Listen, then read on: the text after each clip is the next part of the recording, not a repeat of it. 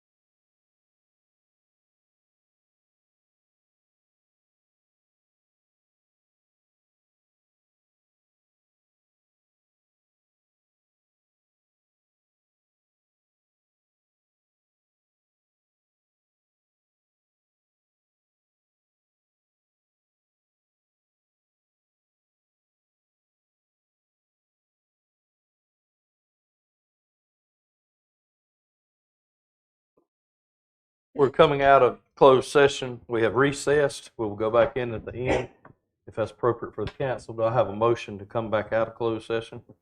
Motion to come out of closed session. Do I have a second? I'll second. Any more discussion? All in favor? Aye. Thank you all for coming out today. Please stand for the Pledge of Allegiance. I pledge allegiance to the flag of the United States of America and to the republic for which it stands, one nation, under God, indivisible, with liberty and justice for all. Now we'll go into our invocation and prayer. Is it, how you pronounce your last name? Betty? Betty, all right. Mr. Mark Betty from St. Brendan's. Thank you, sir, for being with us. Thank you for inviting me. This is Thomas Jefferson's prayer for the nation. Almighty God, who has given us this good land for our heritage, we humbly beseech thee that we may always prove ourselves a people mindful of thy favor and glad to do thy will. Bless our land with honorable ministry, sound learning, and pure manners. Save us from violence, discord, and confusion, from pride and arrogance, and from every evil way. Defend our liberties and fashion into one united people the multitude brought hither out of many kindreds and tongues. Endow with thy spirit of wisdom those whom in thy name we entrust the authority of government, that there may be justice and peace at home, and that through obedience to thy law we may show forth thy praise among the nations of the earth. In time of prosperity, fill our hearts with thankfulness, and in the day of trouble, suffer not our trust in thee to fail.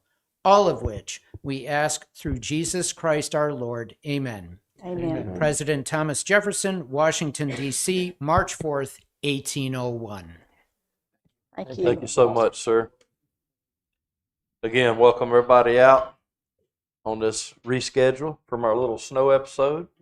Thankful that everybody's safe. I think when I talked to Chief earlier this week, we only had about one accident that we knew of. So I appreciate all the people in our town taking care and doing the right things.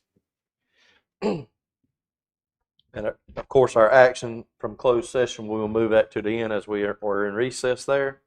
So does any member of council have a conflict of interest or the appearance of a conflict of interest in regards to any item on the agenda? If so, please state at this time. Sean? No, sir. Christy? No. Katie? No. Billy? Mike? No. Okay, thank y'all. All right. Approval of the draft agenda. 11.3, the UDO thing that was on this one was actually by accident because we already had this scheduled. It was actually scheduled for the day, but due to the 10-day period that you have to wait, we will have to reschedule this. So when we'll get to the directives today, we will reschedule that. Other than that, does any member of council have anything in regards to the agenda? If not, do I have a motion to approve the agenda? Make a motion to approve the draft agenda as presented. Do I have a second? Second. Any discussion? All in favor? Aye. Thank you. General council discussion. First up, individual council comments. Who would like to start this? I can. Go ahead, ma'am. I would just like to thank all the town staff, Muni, that are here today for all the work during the snowstorm. Actually, the two possible events we were going to have, but this weekend was a lot, and saw a lot of workers from the department heads down out working, making it safe for our residents to be out and about. And we know y'all are always available for us if needed in any type of an emergency. So thank you very much. I agree with what Ms. Batchel just said. I was really surprised at the report we got that there were some employees that worked their shift but decided to stay here because it was hard for them to get home and they knew it would be difficult for them to get back. And that really tells you how much of people are really dedicated to this thing. The takeaway from that is, remember, they stayed here all that time, but they have to go home and they got to shovel their own driveways when they get home after working on those hours. So thank you for all your effort. On behalf of our council, I would like to congratulate our police chief Claimer for being reelected to the Region District 5 Director for the North Carolina Association for Chiefs of Police. For some of you that may not know what this is, it's a state association that promotes unity amongst the law enforcement officers. It promotes high professional standards. It's an exchange of information. Chief Claimer, we are thrilled that you were reelected. It says a lot about your character, your integrity. We're just thrilled and wanted to congratulate you on that. Also want to thank our public staff, public work staff, our public safety, both police and fire. Like to say to everyone, we all knew at the same time. We have 3 Facebook pages. We have a town Facebook page. We have a public, a fire and a police. We also have a website. So information was out there. Thank you to our town administrator for ensuring that the message was out there, and thank you for your video that you did. You know, we see these monthly reports all the time, and I don't think we ever mentioned to the building inspections department. There's a lot of work that they do. They're a very small department, but they sure do a lot of work, and on behalf of our council, I'd like to thank them for that. We also have something that we all attended as newly elected council members. On January the 22nd and the 23rd, we attended a session, 2-day session with the League of Municipalities and the School of Government.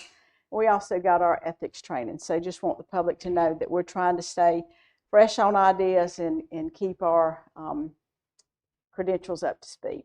Thank you. Thank you to the police and fire department for all their hard work and going above and beyond and keeping our town safe. Very much appreciated. Thank you. Very much. No. Okay. Again, I just want to echo what the council said. I had reached out to, of course, our administrator chief and to our departments just to make sure they were prepared, and they done an excellent job. We really appreciate it. Like I said, priority is safety when this comes through. And I appreciate you guys and girls that made sure that our town stayed safe, and I appreciate all our citizens who done the right things. Thank you all. All right, moving on. Island project updates. Mr. Sarles, go ahead.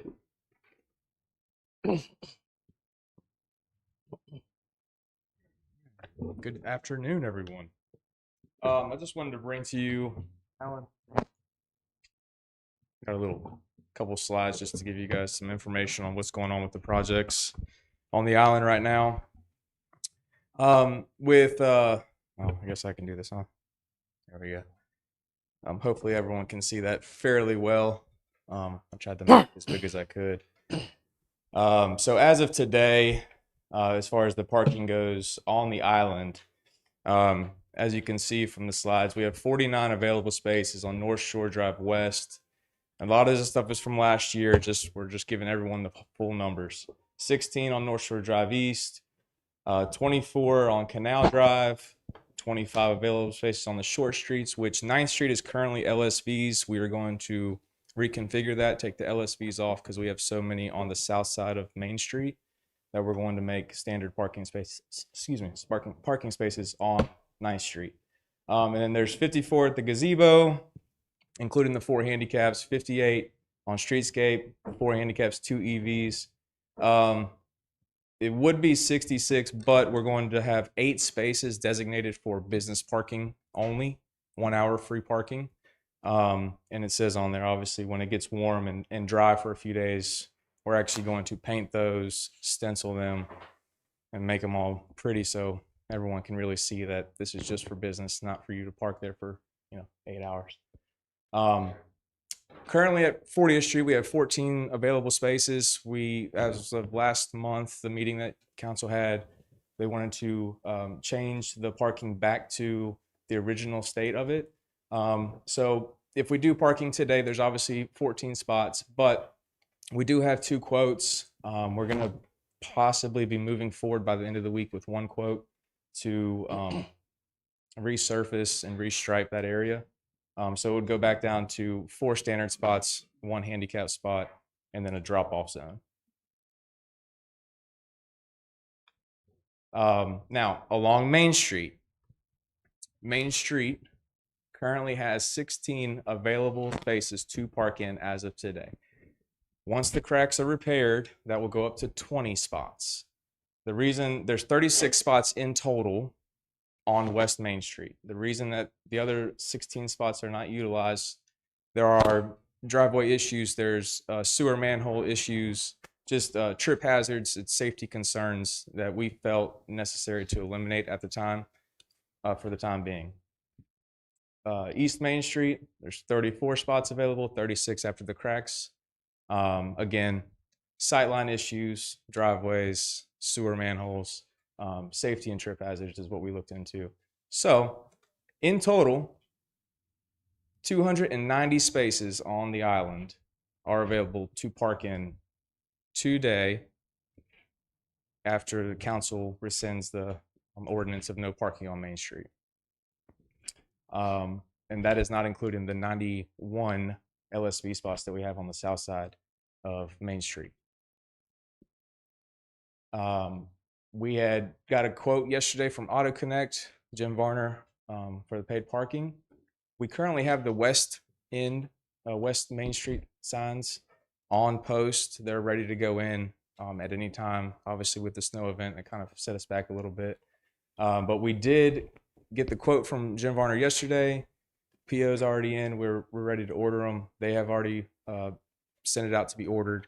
So hopefully by the end of February, we'll have those, put them on post. And of course, by April 1st, they will all be installed. And then we've, the spaces that were deemed inaccessible for right now, some of them have the sewer lids with big dips, big trip hazards that are dangerous. Obviously, the radius that they formed around and poured around, we're not going to utilize those for the time being. So we're going to keep those staked off with tape, caution tape, or we could put no parking signs if council would like to see that instead, more signs up there. It's all how you guys want to proceed with that. So once we, the timeline for the opening the parking spaces though, for the current ones, I just wanted to give us a deadline of February 20th, just to give us a little bit of extra time so we can be able to do everything the correct way. And then once obviously the parking signs are in, paid parking signs are in, that obviously will be done by March 31st of this year. And first of all, before I go any further, we have a couple things that the reason I said, and for the public to know as well, is about the sewer manholes, for example, the sewer vacuum pits. We got a letter from the county stating that it's not disallowed to park in front of these pits, but they would advise against it. So some of them that have, like I said, the lips on them, we removed. Some of them are level. Some of them are a couple feet away from our concrete ribbons to where there's no safety issue, safety concern. So we utilize those spaces. So it was just kind of up in the air that yes, they did, no, they didn't, but we utilized what we could. So in the future, if that becomes a problem, you know, we can always eliminate those spots, I guess. It all depends on how you guys would like to proceed with that. And then any other updates or questions about that? Questions. So to summarize, even if spots are available now, they're not really available till February the 20th if approved today, correct? Is that That's correct? giving us some Right, time. so they're not Yes. available Correct, tonight after correct. this meeting. Correct. Is that correct? Yes, ma'am. Okay, gotcha. That's what I thought. Yes. On the LSV spots that are on the south side, Mm-hmm. I know we don't have all the signs yet for that. Right. So those are not going to be opened up February the 20th, correct? Or are they? That would be that 'Cause would there's be no signage. well. So the paid parking sign is only for April 1st anyway. So I mean, if you guys Right. want to open them up, I mean, I have not seen a lot of golf carts.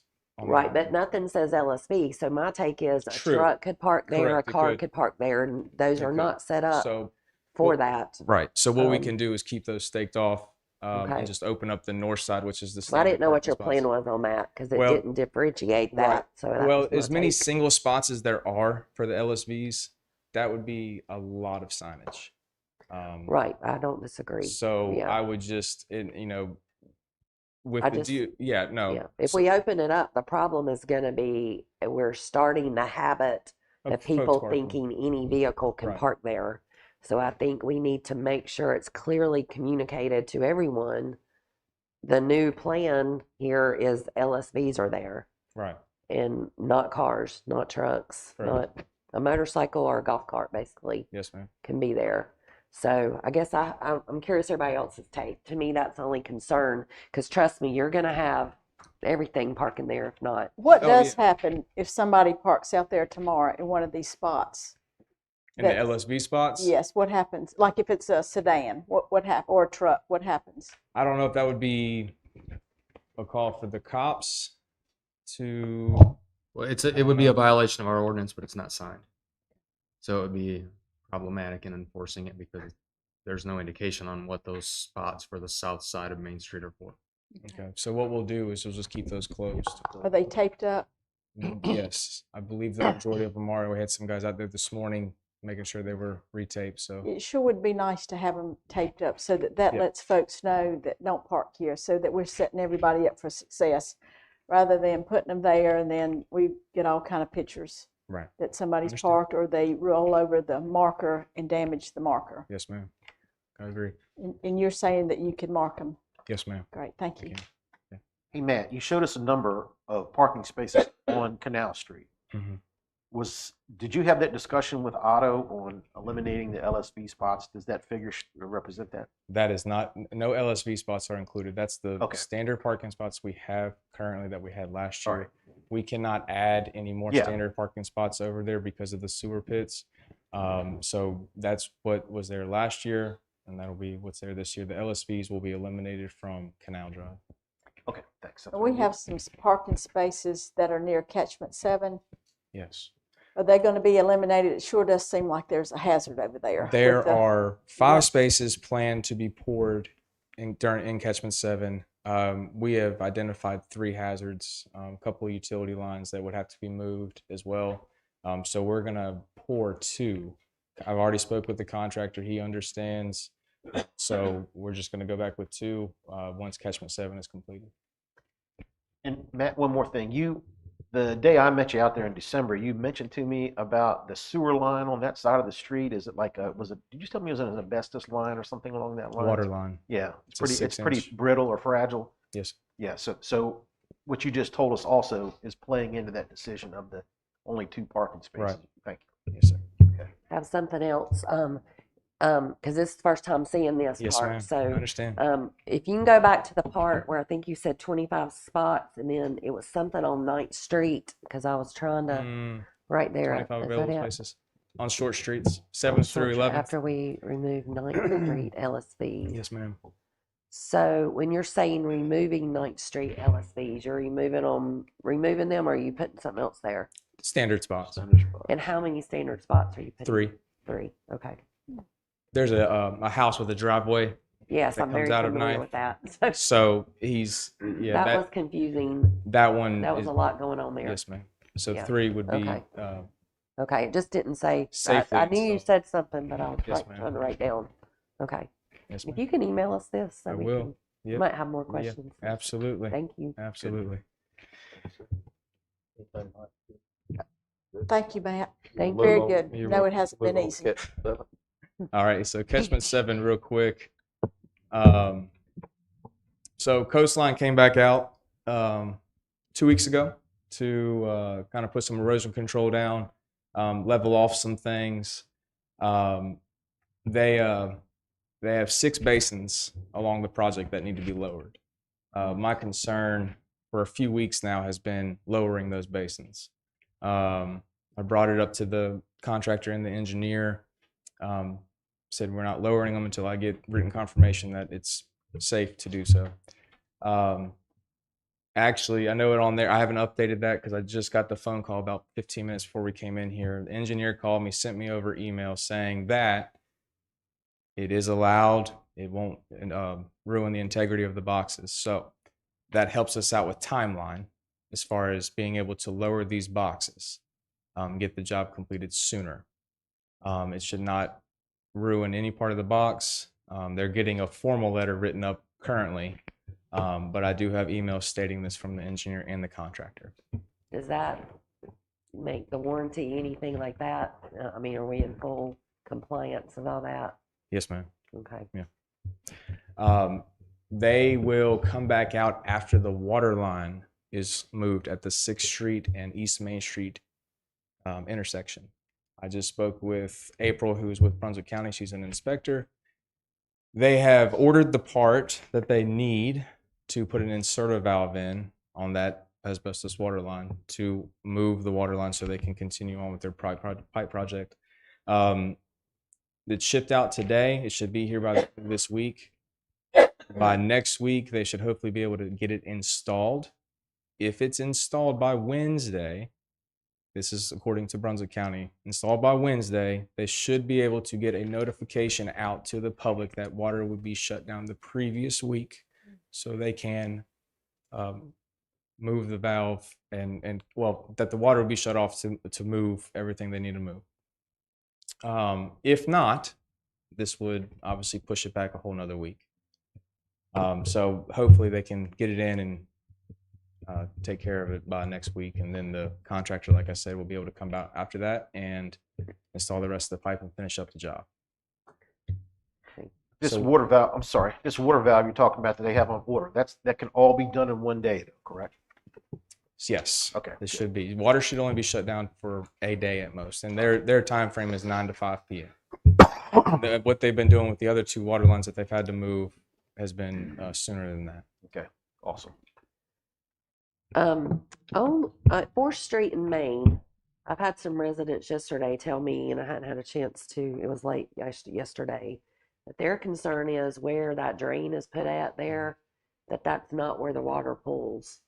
And I was telling them we were waiting them to see if it was how it was going to be handled or not. Right. But I didn't know if you could just check that out and see if there's anything to make sure Yeah. it'll drain well there. Yes. Their concern is where it's at, it's not going to be as efficient as it should be. That's fair. The good thing is about those streets is that we grade the roads so we can manipulate the Right. water how we want it to be. Yeah, and it was kind of a hot mess yesterday, that road, Sure. due to the I'm sure. slush, and Yes, ma'am. it was, yeah, thank you. Yes, ma'am. Any other questions? All right. Thank you. Stand Thank up. you, Thank Mike. you so Thank much, you. sir. Now we'll be moving on to the consent agenda, the monthly reports, building inspection, finance, fire, police, public works, the meeting minutes, 2026, January 12th closed session draft minutes, 2025, 12/1 closed session minutes, 2025, 12/10 closed session meeting, and the 2025, 12/18 draft. And also the 2026, January the 7th draft meeting minutes. Does any member of council got any questions in regard to this? Or for staff? If not, do I have a motion to approve the consent agenda? Make a motion to approve the consent agenda. Do I have a second? Second. Any more discussion? All in favor? Aye. Any opposed? All right. Thank you. Any member of staff that does not have anything on the agenda is welcome to go back to regular work. Next up is our public comments on agenda items only. We'll be opening the session up. If anybody would like to come up, you're welcome to. Yes, ma'am.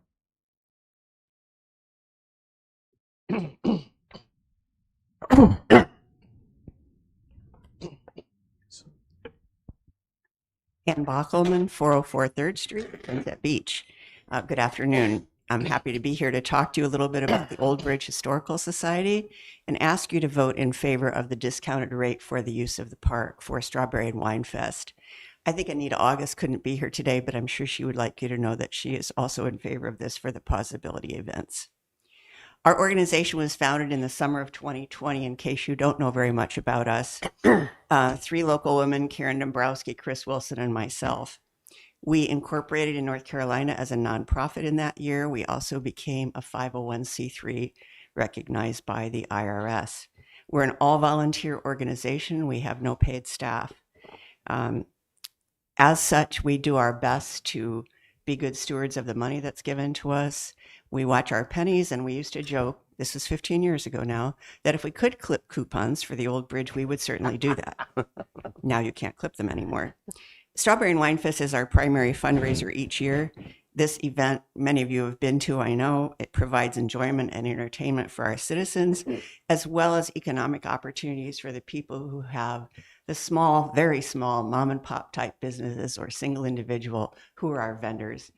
these events being at these pay their mortgages, so they're not just a hobby.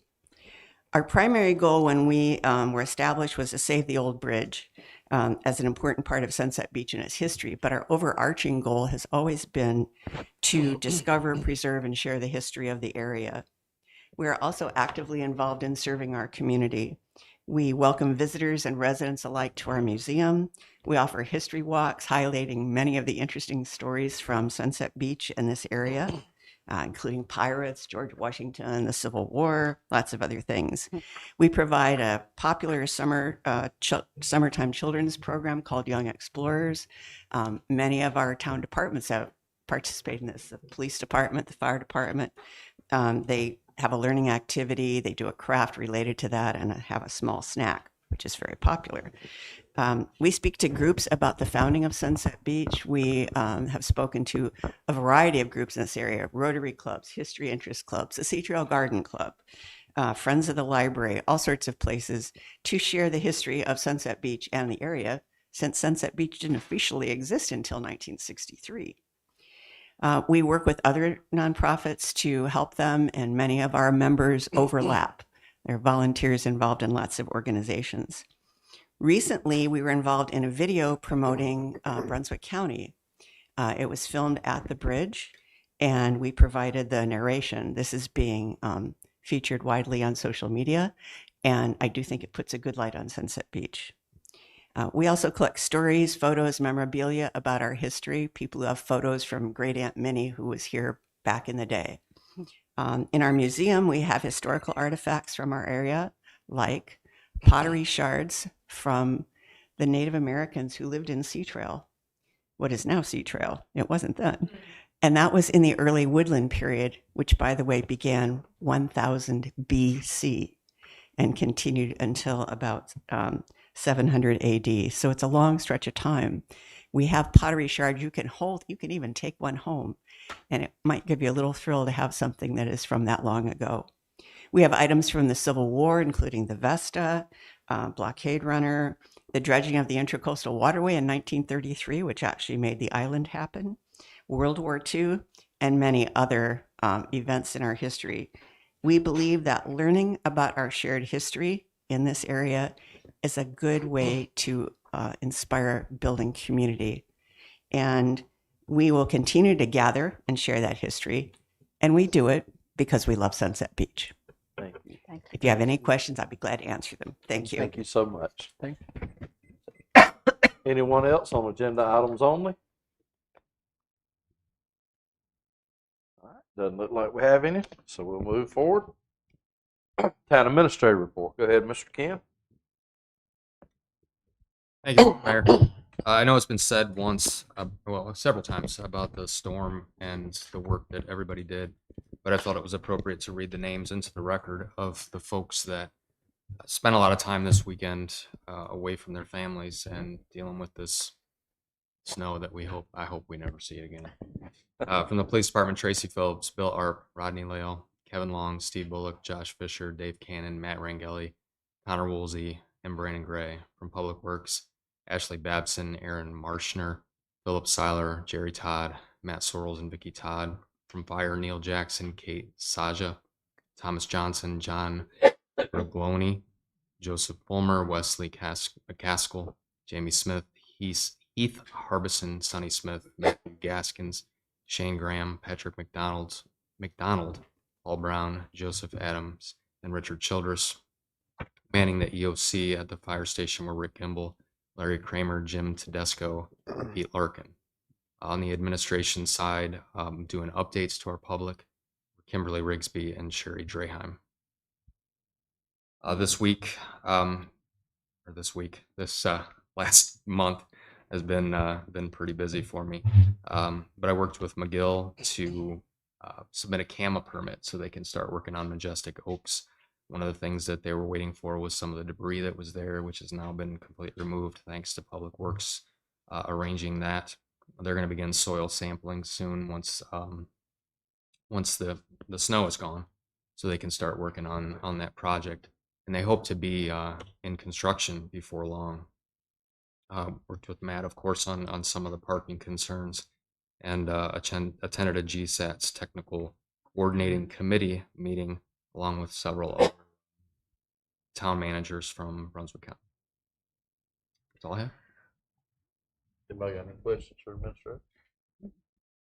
If not, we will move forward. New business. Request for reduced rate for nonprofit. This is the Old Bridge and Plausibility. Everybody's read their information on this. What is this? What is the pleasure of council? Do we need to do that part right there? No, I think it's fine. Yeah, it's just, it notes that it's electronic because we don't have a copy Okay. of them, so. We do. Okay. The new business again. Request for reduced rate for nonprofit in regards to these events. What is the pleasure of council? So to make sure we understand what we're looking at, Yes. our normal schedule fees to rent the park is $2,000. And we have,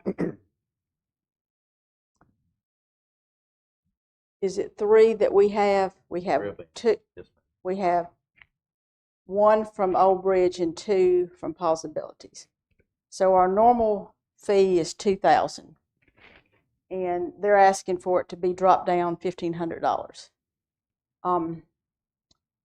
We had asked our event coordinator to ask what is needed at one of these events, and it looked like we need parking attendants, police detail, EMS detail, public works, and it looks like it's going to cost the town about $1,500. So are we looking at this right? I mean, it's about $1,500 that it's going to cost the taxpayers to have this event, but we're only going to charge them $500 because we have in here in our fee schedule that's in the budget that we approve every year for the rental of the town park to be $2,000. But we know that it costs $1,500 for us to have an event.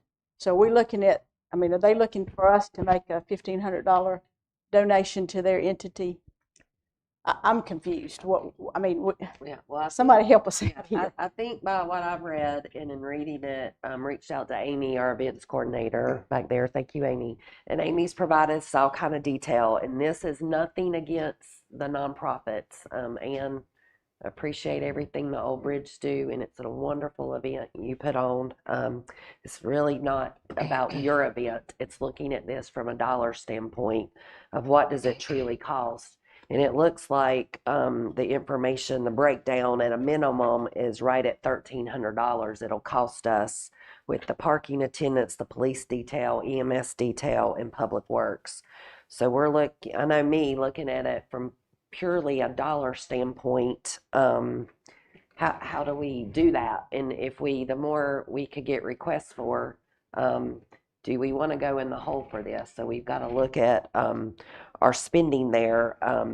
Obviously, we know that this is a huge fundraiser for the nonprofits, and they've been great events. But didn't know if that's something we want to cover. Didn't know even from let's say Old Bridge, because you're here, Ann. Do you make enough to provide to pay the cost of having the event or not? They always seem to be large turnouts, the events that happen, and everybody loves them. But looking at it from a dollar standpoint of the town subsidizing fundraisers is a whole nother issue. It looks like we've got 3. The concern is we are making a donation to some nonprofits, and if we have other nonprofits that want to use it, that we may not, we're in love with the Old Bridge. I mean, it's our history. We're in love with Possibility. It helps the animals out. But if we get other ones that we're not so in love with, we're going to have to give them this same benefit. And we know that the numbers that we ran, they're not arbitrary numbers. These are true numbers that what it cost. And Ms. Batchelor, you said it was about 1,300, and that is what we're giving. Minimum. Right. And in here, it's like police detail. The budget is $117. Now, we know that 5 hours of a police officer is not $117. So we got to take a hard look at this, because again, this is making a donation about $3,000 right now. If we make this decision, it's $3,000 of taxpayer money that we're making a donation. Is that what we want to do? And then the next group that comes in, they're going to have to get a $1,000 donation. I don't know why we're not attributing the true cost over to the entity that wants to use our park, because it's shutting down our park so that nobody else can use the park, which is a great event. It builds community. I get that, but it does come with a cost. And does it open the door up for other entities wanting to use our facilities?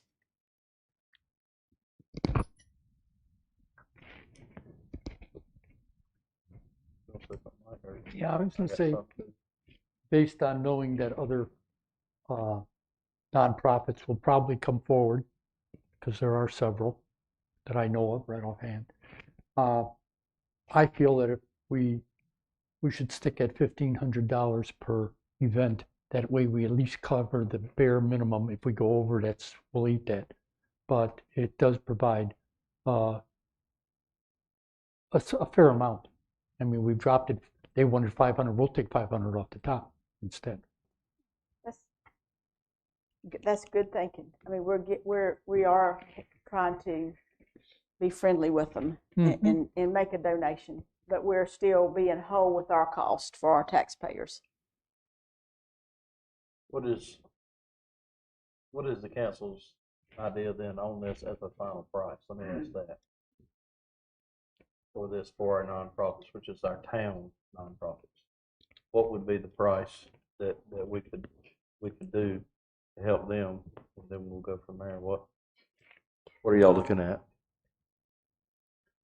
Mike, what other, you said there might be some more coming forward. Any idea who they might be? Well, no, but there's a lot of nonprofits Yeah, I was just in the curious area. if anybody had somebody. That's all. So our fee is set at $2,000. If we give them a $500 discount, that would be with what you're saying, charge $1,500 to use our facility.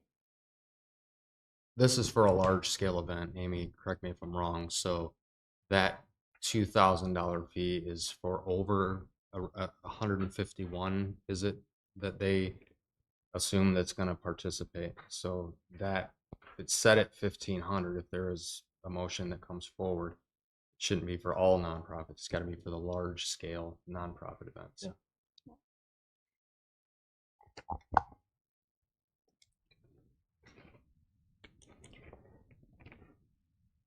What y'all looking for? Yeah, I mean, obviously getting the numbers of this is concerning. Not sure if it's ever been looked at before, but I also hate it from the standpoint of a nonprofit that's playing their yearly fundraiser at this point, and we're not that far away from it. Do we do this now? Do we move forward and do it? You know, I'm not sure. I'm not sure our background on the $500 fee. Was that a set fee? Was that if Amy, do you have additional info on that you could give? I know I've asked you a lot of questions, but just to try to get clarity around. Of course. Thank you. Hi, sorry. Yes, $500 is the fee that both of those organizations has been paying for a number of years to use the park.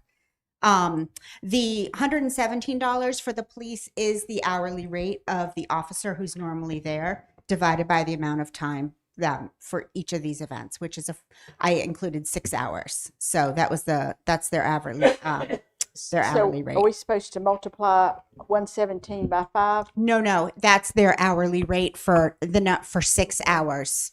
One person, 6 hours. One person, 6 hours. So less than $20 an hour? Yes. Oh my. It's a part-time guy. Oh, okay. if a part-time employee takes it, the part-time rate is just over $20 now. But if it's staffed by a full-time employee, it would be higher. It just depends who signs up for the event. Right. And also, so with the other nonprofits that could be coming, there's one other nonprofit, but that nonprofit that's using the space is not based in Sunset Beach. These are the only two nonprofits that are based in Sunset Beach. So they're the ones that would be kind of eligible, for lack of a better term, for this. So that's, and the $500 was just, that's something that was started and carried over to when I started and has happened for the past 2 years. So Were costs ever looked at it, what the true costs were? I don't know what happened before I was here. The direction that I was told was that And because kinda these due to are the other events intern. that's discussing is how we determine some of that. Sure. It's like, ooh. Yeah. Yeah. You okay. calculated these costs with 5 hours, is that correct?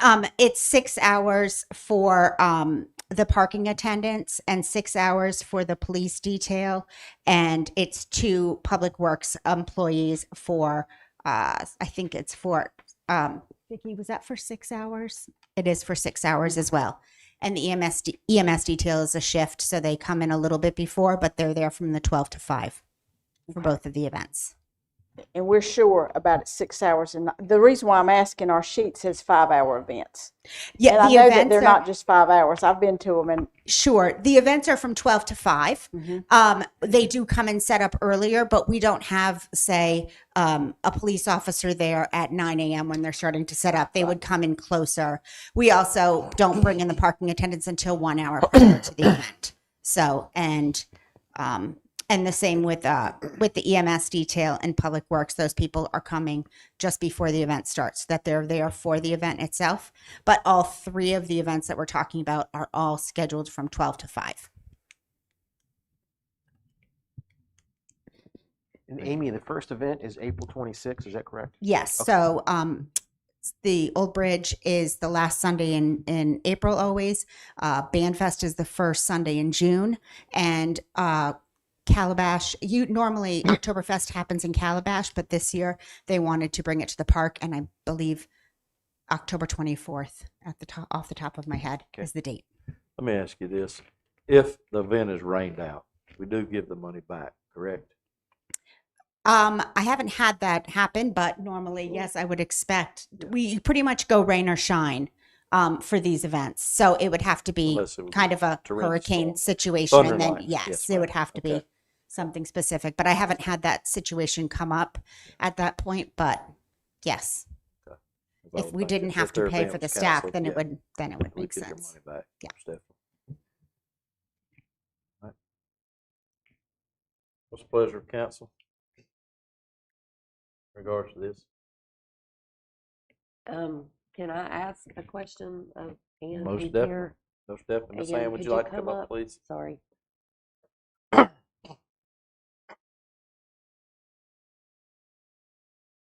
And thank you for all the work you do and your group does for the town in the Old Bridge. With the cost associated with this, didn't know what do y'all normally make range wise on this to?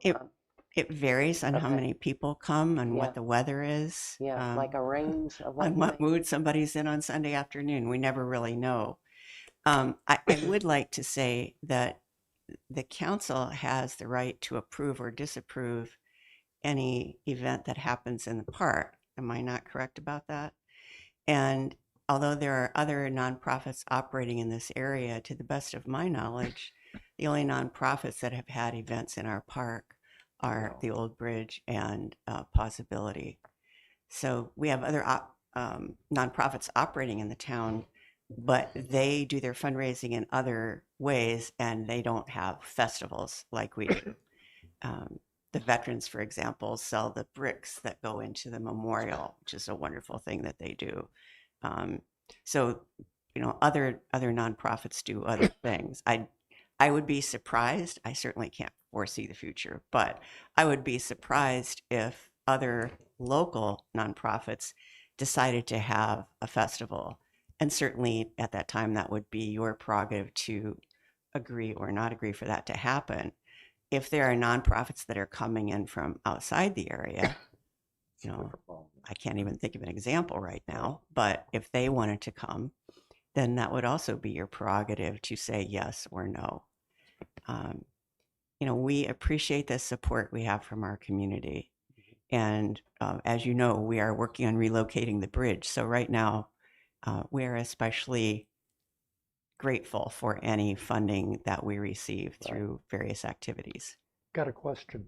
Yes, sir. Why is the Plausibility Oktoberfest being moved from Calabash to here? I'm afraid I don't have any idea because I am not part of Plausibility. Anita August would be the person to ask about that. I really don't know. We've always been true to Sunset Beach. But I guess how much did, like last year, how much did y'all raise at the event, like to a fundraiser? Well, last year was our best year ever, and we made almost $20,000, which was astounding to us. Okay, yeah, because to me it was everyone's always been great, so, you know. Well, we know that it's popular. Right. However, $20,000 over the course of a year is not a large amount. And we do other things. We sell merchandise in our store. We don't charge for our events like Young Explorers that I was talking to you about. Sometimes people make a donation when we take them on history walks. Right. But our ability to generate income is limited, and this is really a big deal for us. Anything else that I can answer for you? Thank you. Thank you, Ann. Mr. Mayor, Amy's got to answer. Yeah, the go ahead, question. Ms. Amy. The reason that the Oktoberfest is being moved here is because the person who originally conceived of the Oktoberfest event and placed it in Calabash has decided that they don't want to do it any longer. So they've asked Plausibility to step in and be the host, knowing that they would be able to take it over, and they had relationships with vendors and things to be able to keep the festival going. So because of that, that was a thought, was that they could use the park because they would prefer the park to where they do it in Calabash. But I'm holding the date, but if that doesn't work out, then they'll be able to go back to Calabash as well. So it's just up to that. Is that a large event? I've never been to, did they raise a lot of money? It is a large event. It's probably, I mean, I've never been myself, but I feel like it's around the same as what a band fest is. Probably not quite as busy as Strawberry and Wine. That is usually the busiest of all of them, mostly because I think it's one of the first. And with weather like this, by the time that comes along, people are itching to get outside. So we get a really big crowd for that one. Well, it's still, we still have to, I think in our minds, satisfy, is it okay for us to make a donation to a nonprofit of this magnitude? It's going to be about $800 to $1,000 per event. So, Would you consider giving it to them at our cost there? At basically the $1,300? Would you consider that? Would y'all consider that? I think that would be fair because we didn't arbitrarily come up with this number. We had Amy, our event coordinator, to come up with these amounts, and this is what it costs the town to do this, and we're just transferring those costs over to them and letting them use our park for free, essentially is what this would be. We do so thankful that we have these events, and we know that they're good events. It's just, is it right for the taxpayers to have to pay for this? So y'all looking at possibly, this is basically what I'm feeling, that y'all looking at the fee to be $1,300. Okay. That is the fee that Miss Bokerman and Miss August could come see me. I have you a sponsor for the difference. So you pay the $5. The $8 will be took care of for the event. So we can have the events, because I'm all about, I think that these kind of things is what brings our community together. So I will make sure that things get done like they need to be. And I respect council's thing in regards to our taxpayers' money. So if y'all want to do this and put this down $1,300, $1,500, whatever you need to put it down. Put it down, but just to know, come see me, we'll take care of you. And let's get this done, and let's continue in a good way in our town, okay? What's the pleasure of council? Talk to me. Anybody got a motion? Let this me, in? let me make sure we're clear. Go ahead. We're gonna change the rate from 500 to 1,300, is that? Well, you're just going to set the rate at the 1,300 Okay. if that's what you want. Set Okay. the rate there, and this will be for nonprofit, which it'll be by choice. Like I said, with it being local, that's my thing. I want to take care of our town. I want to push that. Okay. So we need to lock that in at local. If somebody else comes, then we would be looking basically at the fee that's set up above. Mr. Arnold, to answer your question, the fee that's set is $2,000. I'm looking at where it says a recommendation at the bottom where it says approve the rate of $500. We're Right. gonna change We it to would- $500 to It 1,300. would be 1,300 And to if, cover. and if that's the case, I'm Please. making a motion then right now that Okay. I'll make a motion that we're changing the rate from 500 to 1,300. All right, Knowing that Go ahead. Mayor Phillips will augment any other additional costs. Is that understanding? All right, I got a sponsor for All you. right. I got him. All right, do I have a second? I'll second it. Any more discussion? All in favor? Aye. Any opposed? Come see me, we'll take care of you until this August too, both events. Let's have them. All right, It's 3 Moving- events. yeah, that's fine. Next up, event planning. America's 250th and the Green Wave. Miss Amy. Would you like to do Green Wave first since it's happening That's first? perfectly fine. Okay, Perfectly great. fine. So we went back and looked at Green Wave for the budget that we had discussed.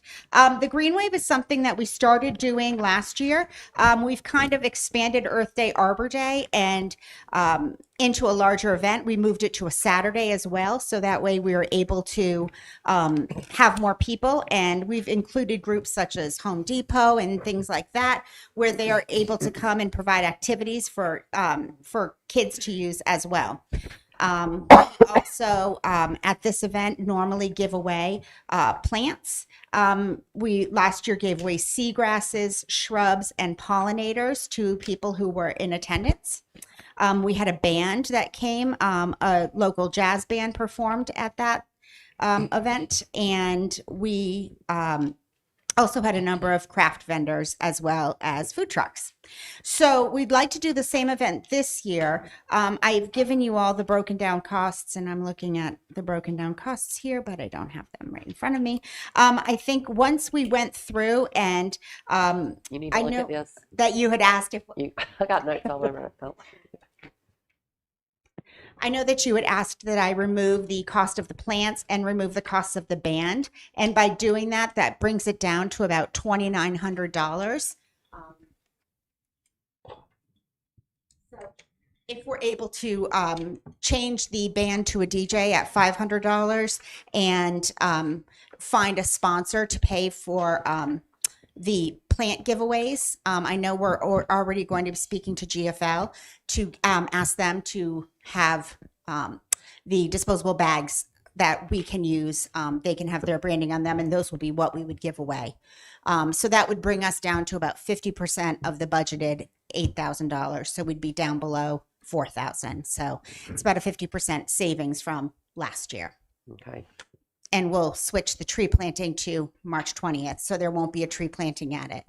Right. Thank you for all the info and reworking all these numbers. Sure, I know you absolutely. had previously been approved at dollars, so I know it was a lot too. No worries. And I know we've had a lot of questions about it, so thank you for running all of this and talking us through ways. We had talked about advertising, I know. Is there a way not to advertise? With all the stuff you're doing at the schools and the other agencies, is there a way to save that $850 on the newspaper advertising? Because, you know, I know it's what's normally done, but do you feel like it's an event that's going to pull a lot of people in the other advertising you're doing? Because some of that, if we knock out the plants, the band, because the plants at the ERC meeting, they were like, there'll be vendors selling plants, there'll be a plant swap, and some vendors are going to be giving plants away. So we kind of felt like we could not do our giveaway. And also, if we're providing plants, how do we ensure only Sunset Beach residents get plants when we're spending $1,700 for plants? So that was feedback we had received. So if we cut out some of that and had a sponsor for the birdhouses, I was showing if we didn't advertise, we could have it at around a $2,000, and still put the event on, still do all the education, all the Green Wave stuff that's planned, but cut it back with just the sound system. Or if you, and we also, I feel like, I know, open if they're sponsors. I do feel like we need to get sponsors. We need the committees to look at sponsors to back some stuff so that we can still do all this stuff. We've just got to work a little harder to get some of it and not always have it so funded with tax dollars. So that's my take. I'll let y'all speak. Sorry, I know I have a lot going on. So to here. make sure we're right, you said right now you've whittled it down by taking out the plants Yes. that GLF is going to. Well, we're gonna be doing an ask. Okay, so to- we to can take GFL. we can take that You can off. Take that off. Okay, and then the band that was going to be 1,400, you've whittled it down to 500. Is that right? 500, and that Okay. would allow us to do a DJ or Okay. something to be able to have music. And we could whittle that down further by just having a sound system that the town already owns, and we could put together a playlist and just have some music. It's just not, as our sound system is for ceremonies, so it's not really as loud and elaborate as it would be if there was a band or a DJ. So that would be the difference. Okay, and then if we take out the advertising, because we've got a lot of social media that we could advertise, and then we have our town website, that would get us down to around $2,000. Am I Yeah, looking at the math You're correct? looking at it correctly. Okay. Yes, that would get us down to about 2,100. And the difference is, I mean, this is the biggest event that the ERC. This is really kind of one of the few events that the ERC puts on, and to promote the green lifestyle. So we last year did kind of amped it up and did this larger scale event and moved it to the Saturday. Now, I don't know how you feel if we don't. I think the putting it in the advertising is strictly to do one ad in the Beacon, and so I feel like it's important to have it in the Beacon. I feel like that's where a lot of people get the information. They might not go on Facebook, or they don't look on the website.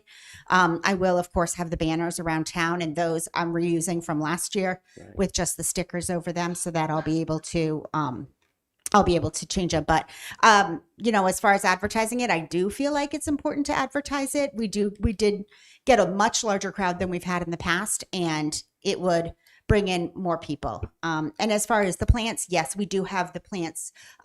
We do have one vendor that hands out plants, and he does the tomato plants. Mhm. And then we have the plant swap, where people would be able to bring a plant and then take a plant home.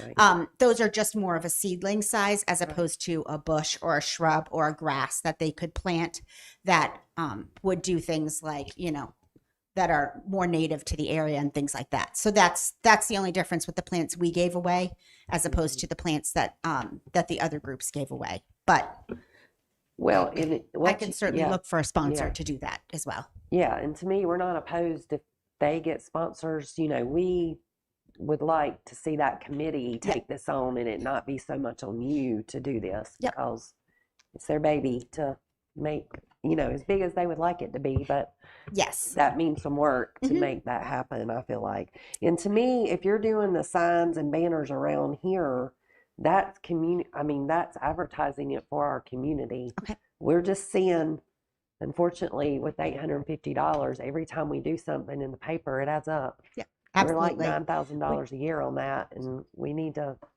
Absolutely. work on that Yeah. as a whole.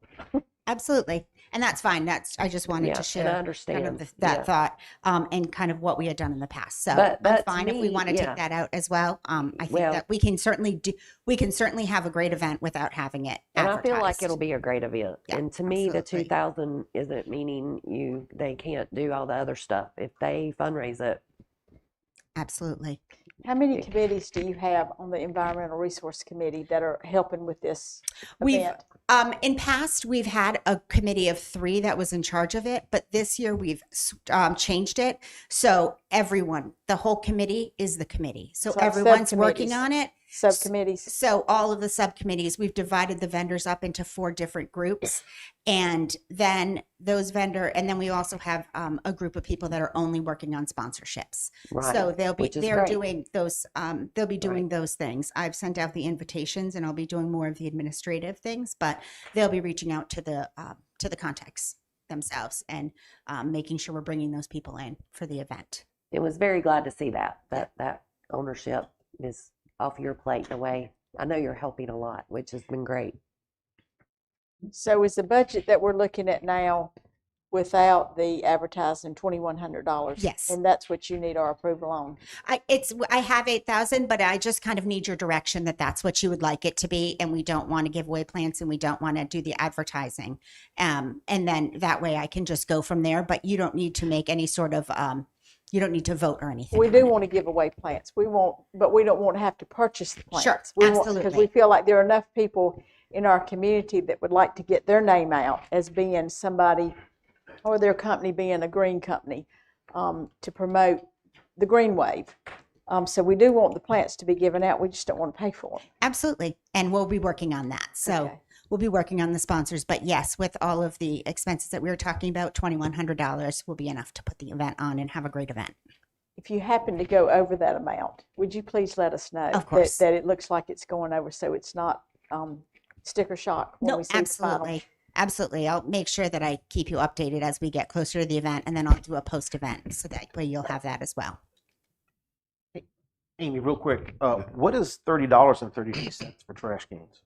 We actually, because we don't own the trash cans, enough trash cans to have at the park, GFL, we get the trash cans from GFL and they bring the toters and we place them around the park. So it's the same thing we do for the concerts and any kind of event we have at the park. That way we don't have a place to store 20 extra trash cans. Okay. So. So they bring them for that event and take them away at the end? Correct. Okay. And then during the summer, they give us a discounted rate because we keep them for the whole summer, and Public Works takes care of emptying them Okay. every week. So we can use them for the markets and the concerts all summer long. And so they drop them off at the beginning of the summer and pick them up at the end. Okay, good deal. Thank you.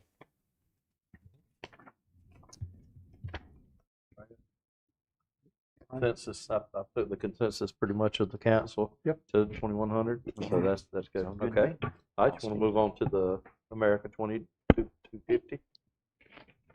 And I have the presentation that I had Okay. sent to you. I've relooked at the numbers for the 250th to see what sort of a celebration we can do, and to be able to do some of the things ourselves in order to save some money for the taxpayers. So I've divided it up into sections, and I can show you in the different sections kind of what we're thinking of doing and what we were proposing. So our proposal for the town decor would be to decorate the beach gazebo, the town park, and town hall. And I have photos of them coming through after this. We would also place the traditional banners that we normally have, the Home of the Brave ones, that are on the light poles. So those will go up as well. We wanted to encourage all of the residents to help paint the town red, white, and blue by decorating their homes for the holiday. We wanted to sponsor a contest for the most patriotic home in town, and see if those people who are interested could enter. And it would be divided up into different neighborhoods, and the winners would have a kind of a real estate sign, for lack of a better term, put into their put in front of their yard, and then a photo of their home would be posted on the town website if they would like us to, and on social media channels. Or if we wanted, we could use some of that town merchandise as a prize if we wanted to do something like that. So I went through and looking at this, we would have to do all of the decor on all of the town buildings would be $1,836. The prize signs approximately $200, and 4 banners, the large banners that we have around town to promote the 4th of July activities, $480. So that would bring the total to $2,516 and 76 cents, and that would be about $4,000 less than what was originally proposed. This is some of the photos. This would show 16 pieces of 3x6 bunting that would go around the gazebo, and also bows to go on every other rope fence post. And I will show you those as we get on in the picture. So that would be, the bunting would go all the way around the beach gazebo, and all of this would be put up prior to Memorial Day, and we could either leave it up until after Labor Day, or we could take it down after July 4th. Hopefully, it's all made to be outdoor and to withstand the elements. But with the sun and everything else, I think that we will definitely keep it through the 4th, and after that, as long as it looks good. This is also the town park. We would do the same kind of thing, except here we would have hanging banners that would frame the stage where the bands perform. We could also, in the proposal, I've quoted for them to be able to go all the way around. Those banners that hang down the poles, those are 8-foot long banners, and those could go, we could do those on every pole. So that's about $287.90. The bows, there's about 75 posts in the park. So if we got 35 bows, which is $350, we could kind of put them throughout the park, and those would be the same bows that we would do at the gazebo area and along the rope fence. So they have stars and stripes and red, white, and blue. And then we'd be able to just spread those around the park as well. Have you looked at the bows? I mean, you have actually seen I one? have not touched one. However, I can buy ribbon and I can make the bows myself for $10. Let me tell you why I'm asking. Is I think we want a concise look. So and this is going to sound odd. Somebody's probably going to laugh, but the blue needs to be the same color blue. Absolutely. The red needs to be the same color red. So I'm asking that because we want it to be a concise look. We've chatted a little bit about this, and is there a way that you can actually buy one prior to and make sure that's the colors match before you get to this event, and then you've purchased it, and then now what? Absolutely. I hate to ask that. That's so trivial. I hate to ask that. But I thought of that as specifically here, where it doesn't quite look like the same blue, but these are from the same company.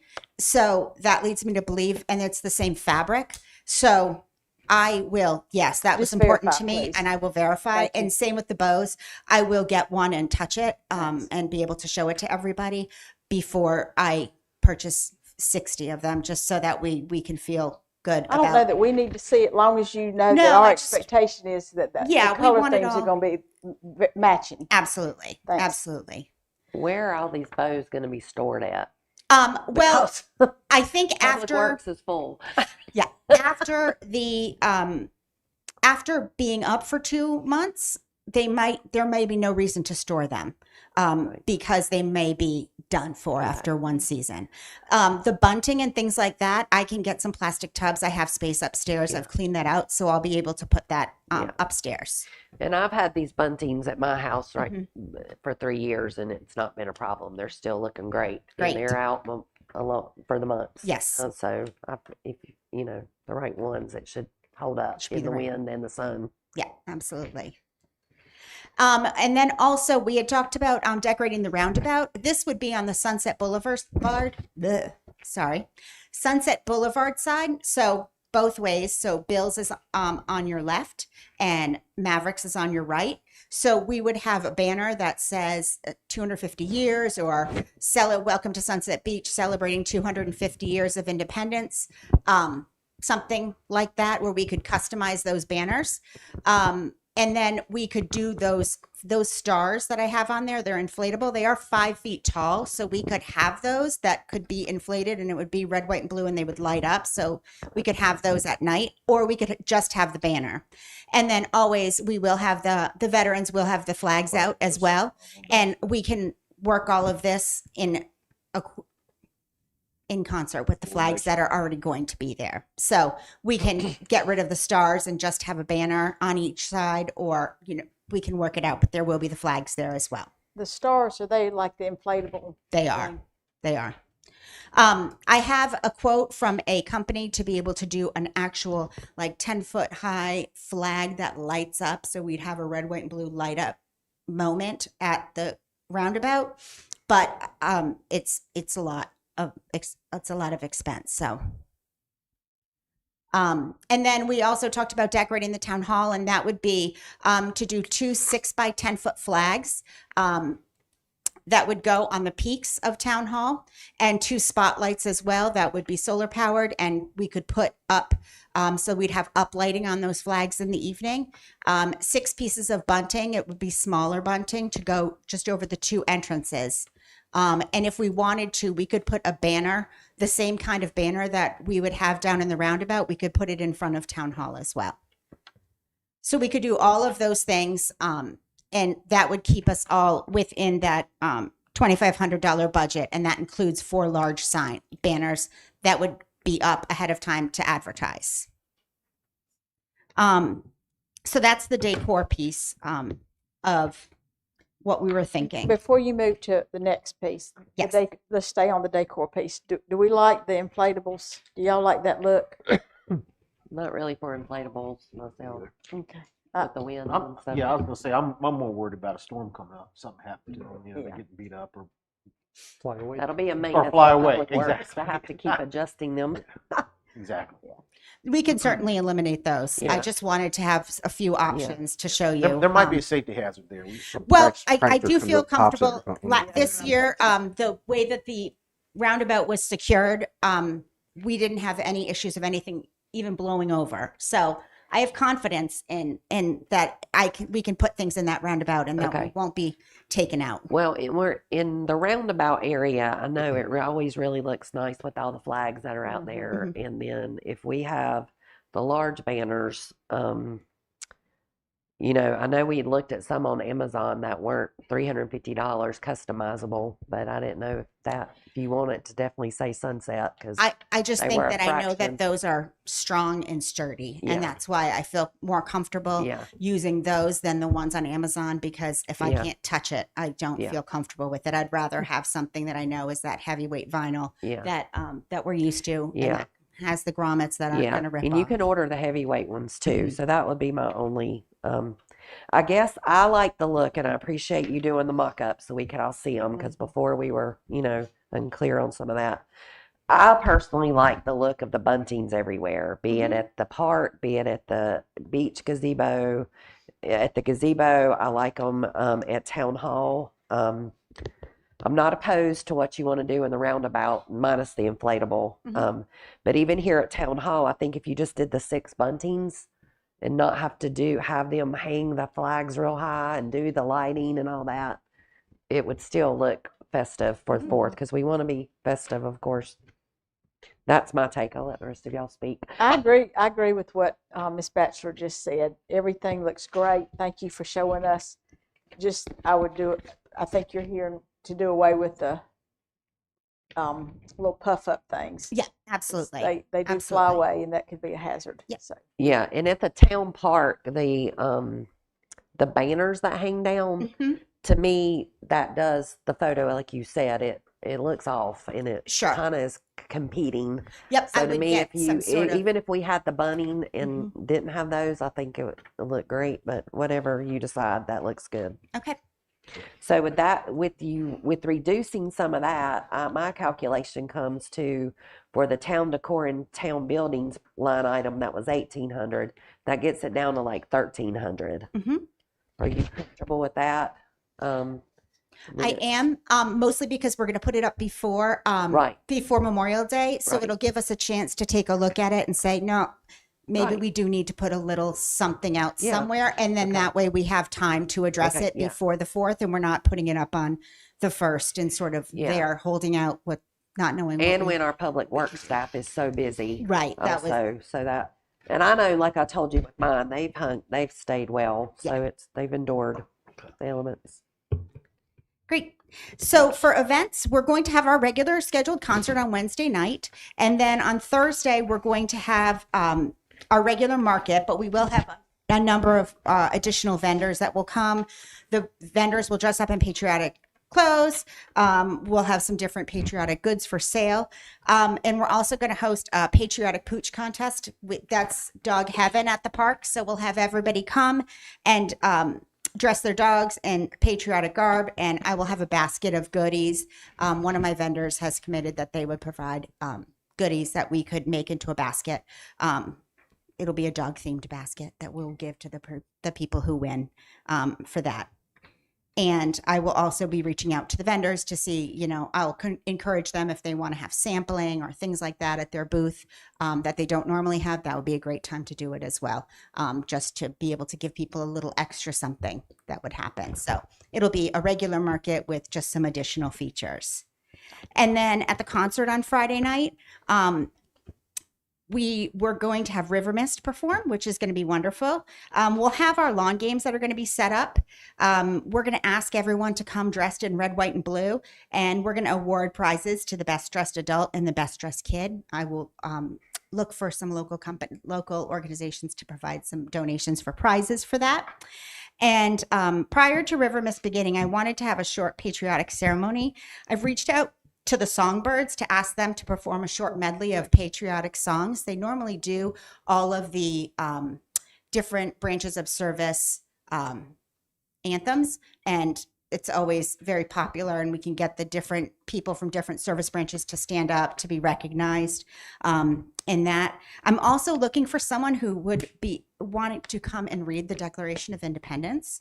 I'm not sure if we want to do that, or if there's someone who, work with Anne to see if there's someone that can talk a little bit about the Revolutionary War and Sunset Beach to kind of bring it back here. So I will reach out to her as well. I know we've had small flags in the past that the mayor's provided, so we'll definitely work with him on that again. And we will have food trucks there, so I've already put out that application to the different food truck vendors.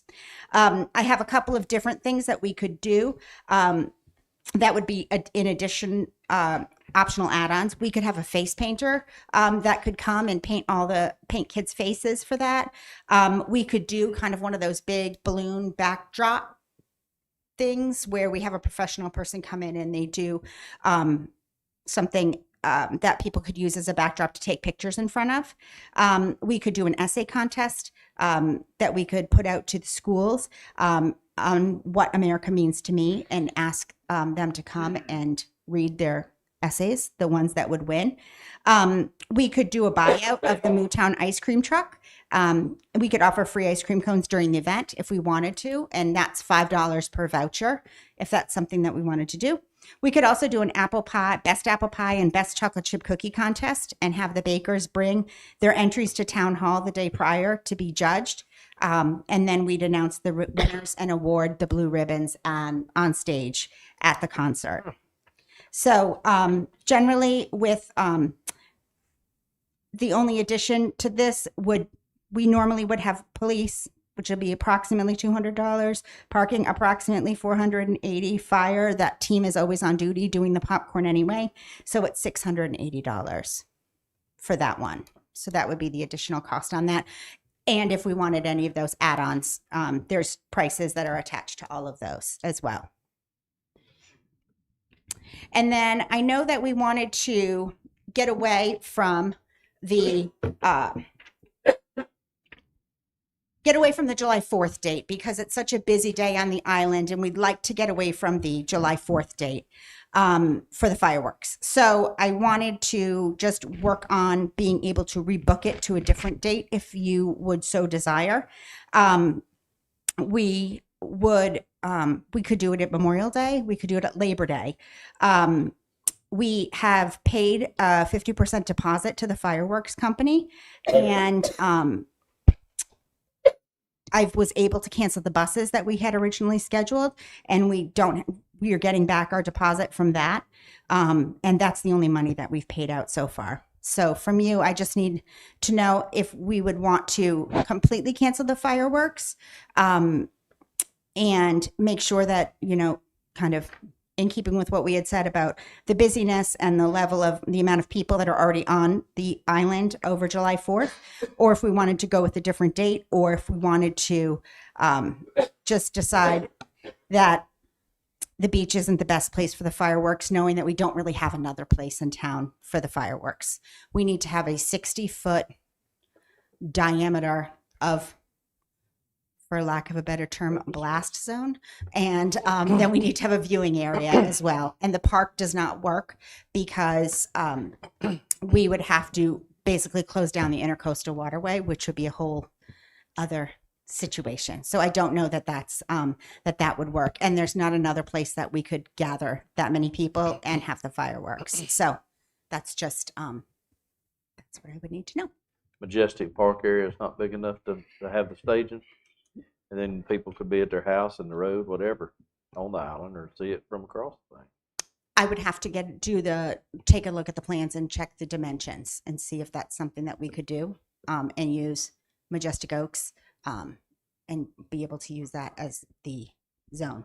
But nothing being there on that There's just a property would lot of definitely be- houses right around that, and That's what I say, you that have to stuff. have the zone. Yeah. So, Last thing we need is a house catching on fire from a firework being shot off beside a neighborhood. yes, exactly. Exactly. In regards to the fireworks, if the council changes the day or decides to go with it or whatever, for that amount that's already paid, what could we get for that instead of having to double it up? I mean, When I spoke with the vendor, that the 25,000 for the fireworks show is basically what they charge, and that is what they've charged Ocean Isle. It's the same company that's done there, so he's not charging a premium because it's July 4th. It's not an additional cost. This is for a 20-minute show. so we can't get a 12,500 show. No, It's got to be the 25,000 or nothing.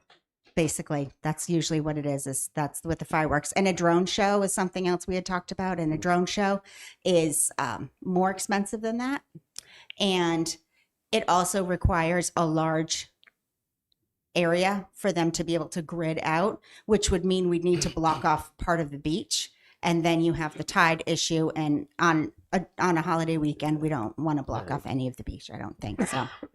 So I believe you said that they'd purchased the fireworks with our 12,500. Is there a way to sell the fireworks to recoup some of the money through gov deals or anything? I didn't know. In speaking with the vendor, I think that the retention of the deposit was more about that he's been holding that date for us for 9 months, or not 9 months, 7 months. So 6 months. Okay, Last July. September. So Okay. was when we had talked to him. So it's more about that than it is about the and he does have the fireworks. Will he use them someplace else? I'm sure. Right. I don't know that we technically own the fireworks. Oh, I because, thought that's what you had said was Well, that he said he'd bought them. That's why he couldn't refund the money. well, that's one of the reasons. Yeah. Okay, Okay, but just I think questioning. he also Yeah. was feeling I'm that sure. this is it's a prime date, and I was Was holding there it. was now. there a clause in that contract where if we had a storm on that day, I mean, if it's thunder and We- lightning like we have had, do we get our money back on that, or what's how'd that do? There's a rain date, so the rain date was to be Monday the 6th.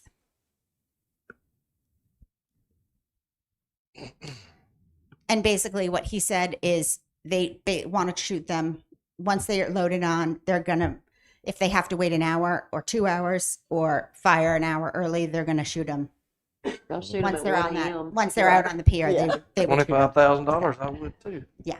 So Okay. What's the consensus on council? So do we need to look at each one? Do we need to look at, Need to decide, yeah, what you. so if we, Give our her next something to go event with. is July the 2nd, the market. Is everybody good with the market? Well, that stuff's Plan. already Yeah, pretty much the locked market. in. The concert, July 3rd, that's a Friday night We're locked concert, in. which is funded through the Sunset Waves program. Your costs are in there that are yep, embedded. and so that's just a goes matter of good. if we wanted to add anything onto Right, it. right. So The food being offered by the town would be concerning. We offer it to someone, it needs to be offered to everybody that's paying for it. We can never pay, we can never buy enough ice cream cones. Mhm. And then with any kind of food that we're wanting to serve, the town serve, Mhm. there's a propensity that somebody could get sick. Somebody could have food poisoning, somebody could have a food allergy. I would recommend that we stay away from being in the business of providing food to Yep, people. I It's took a great idea. Yep. It would be lovely if it all worked out Right. wonderful. But I just don't see how we could adequately give everybody an ice cream cone And then if somebody gets sick, here we go. Yeah, it's something that we had done and at the town anniversary, and it worked out well for that, and that's kind of why we thought Yeah. that we could do Yeah. for something like this. But I've removed that and invited food. So we will have food available, and I'm going to be working with the local businesses for them to be able to offer specials as well over those nights. So there'll be plenty of places for people to get food that doesn't involve us. Okay, That very would be good. great. Good. So just approve it as is, no add-ons, is that the consensus? I think so. Okay, then fireworks. Thoughts on that? I think maybe Labor Day, like maybe at the end of the season kind of celebration, might be good if we were kind of eating at 12,005. Memorial Day, if we do it Memorial Day, start off celebration. Continue on. Shut it down some. My suggestion is Memorial Day, because we start off the celebration season and go through it, and it's for Memorial Day for the recognition of all the people who have died for this country and whatnot, versus Labor Day is for the laborers, which I totally appreciate, but we should do it for all those other people, and that was my suggestion. Makes sense also. Amy, real quick, regardless of any fireworks, whatever day we shoot them off, it's always we're gonna do it at the pier, and it's always gonna be $5,000. Yes. Okay. The $5,000 really just to 30. the pier. It's really Yes, okay. 32,000, basically. Correct. Yeah. So the fireworks themselves are the 25,000, and then there's additional police and fire that need to be there, and the fee that we pay to the pier to be able to use this pier. So we'll pay about an additional $20,000 to do it versus not doing it, is what the figures come out to be. Right. Yep.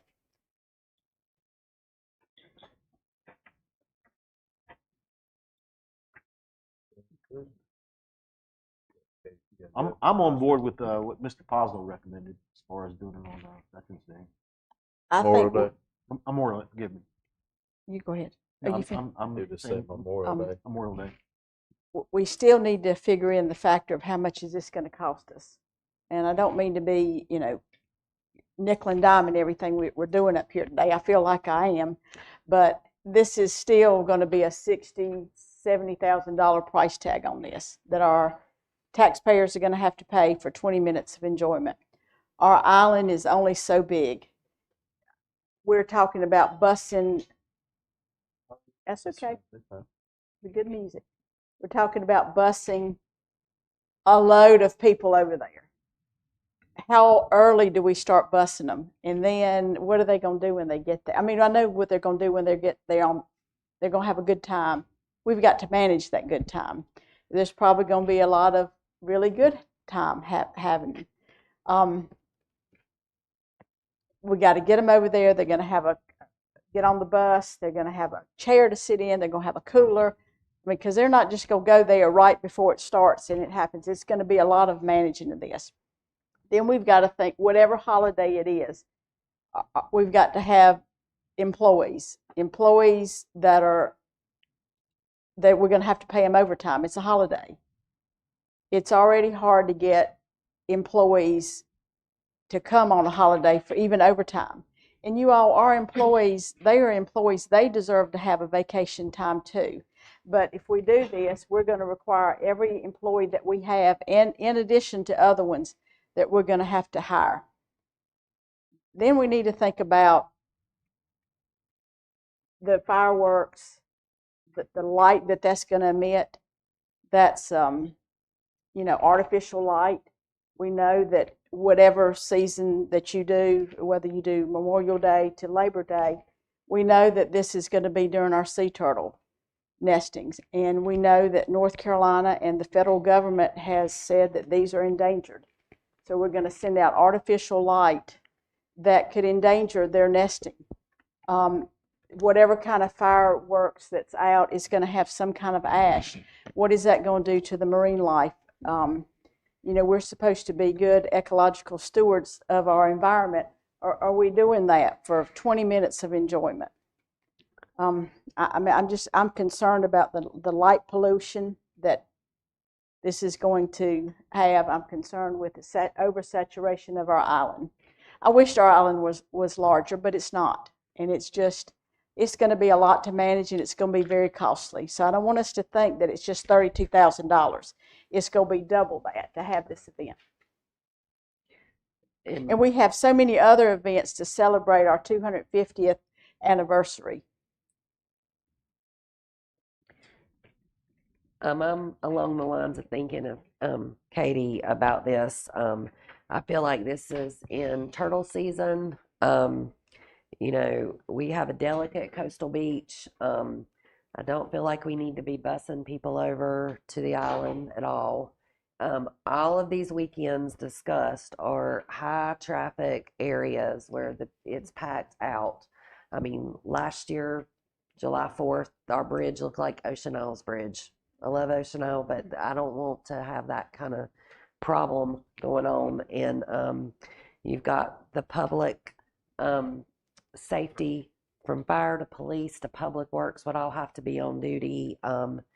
This is probably going to be an easy $40,000 of more taxpayer money to spend on this for a 20-minute fireworks show. Other places do fireworks shows. You typically can see them from Sunset Beach. As we know, lots of people shoot off fireworks on our beach, even though we have a policy of no fireworks being shut off. It happens. I know sometimes it sounds like a bomb's going off at my house due to fireworks, and you're like, what was that? And then you make sure, was it a gun, a bomb? What was it? You know, fireworks being shot off. So I'm not for spending this tax dollars on this. I want us to celebrate July 4th and 250th. We have stuff, July 1 a concert, July 2 a market, July 3 a concert. I know on the beach on July 4th, there's going to be lots of fun. I know the pier has stuff planned with music on July 4th and July 5th. We also have the Sunset Beach Turtle Watch sit-a-thon is going on the beach. Everybody enjoys the beach, the parks, everything. Our whole town is full of people enjoying life here. So I don't feel like we need to spend an additional $40,000 in taxpayer funds or more for this personally. And we live in a very delicate coastal beach. We've got to look at our environment.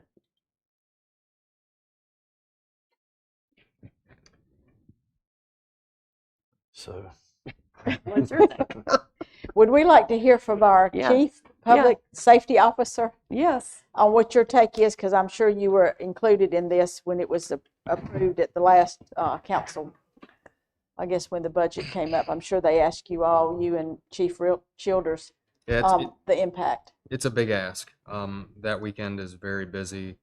Councilwoman Batchelor pointed out the 4th of July, the way the bridge looked, and I got out of my car and took pictures of that because I haven't seen it like that in a very long time.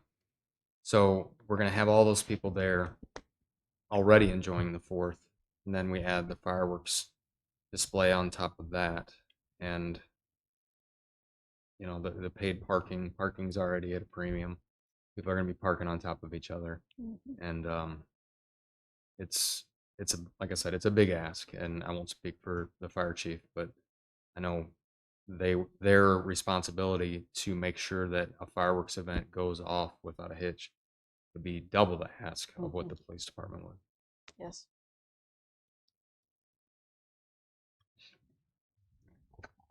I guess we just maybe scrap it all together then, and we just eat the 12.5. I mean, that's the only thing I was thinking is it would be a shame to just waste that money for nothing, you know. Yeah. But it would be a lot more on top of that we'd be spending. So unfortunately, you got to look at both ends. yeah. All right. This might be, I don't know if this is doable, but if they did purchase those fireworks, if we donated them to Ocean Isle Beach, so if they have a 20-minute firework show scheduled, now they can do it for 30 with our fireworks. Because if we did in fact pay for those, I hate for them to go to another community further away from us that we don't get the benefit from. I don't know if that's a thing. I'm happy to make that suggestion because I think that would be nice. everybody would get the benefit of that who lives here Yeah, without the headache. So, we can see them. yeah, absolutely. So And I'm they're, happy. and they're doing theirs on July 5th They are. because July 4th is too crowded for them to do it with changeover day and everything. So right. they So they realized changed it. after doing it, it was too Mhm. much to do it on the 4th. Yes. So they changed it to the 5th. And we Right. have all the golf cart parades happening on the 5th here. Mhm. So we'll still have stuff happening Right. on the island on the 5th as well. Oh, yeah. And There's a lot happening yeah. on the Yeah. weeks around And the the 4th. sit-a-thon, I think, is going to be on the 29th. So I think they're doing it the week Oh. before. Yeah, they're Oh, not. I didn't know that. It's. I looked at the Facebook page, and I think that I would thought about that before with the Oh. July 4th thing because I was like, It's oh, always that been could the be 4th. another thing. Yeah. So yeah. So I think we- it's the We 29th. can create something else. Yeah, Okay. absolutely. Well, Amy, Absolutely. we're We'll do rooting the for you with your stand-a-thon. conversation that you have with them. We're Okay. rooting for you. Perfect. I'm happy to do that. Yeah. And Thank you. Thank Yeah. you You for work all your of charm. your So no fire work in But I gotta details give on my this. I know ocean it's a change of plans, but we're just looking to save taxpayer dollars where we can and still have great events. Thanks.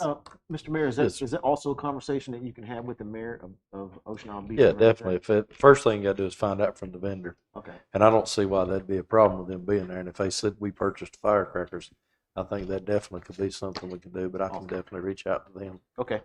So, That was a great suggestion, Chief Claimer. Yes. Thank you. all right, so she's got a direction on that, so we can move forward.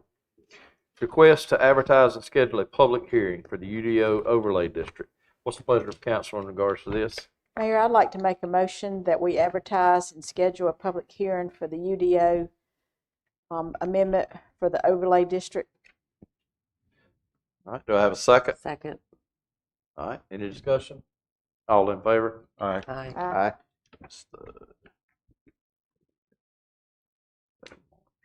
All right, next up, request to notify, advertise, and schedule interviews for upcoming Board of Adjustment vacancies. What's the pleasure of council in regards to this? Could I ask something about board appointments in general? I know they do a application. Do we ever verify that what they say is actually correct? Do you know, we asked in our, I believe it was at the November 17th department head meetings, we asked, do you do that for employees? And it just depends on what the job was for. But I don't know, is it important to you all as council members to look to verify that what somebody says on an application that they are actually, that's what their degree's in and that's actually what they did for a living or career? Is that important to you all? Well, I think it's something we Absolutely. should be doing. I mean, it's just the same as anybody applying for a job, any job in general.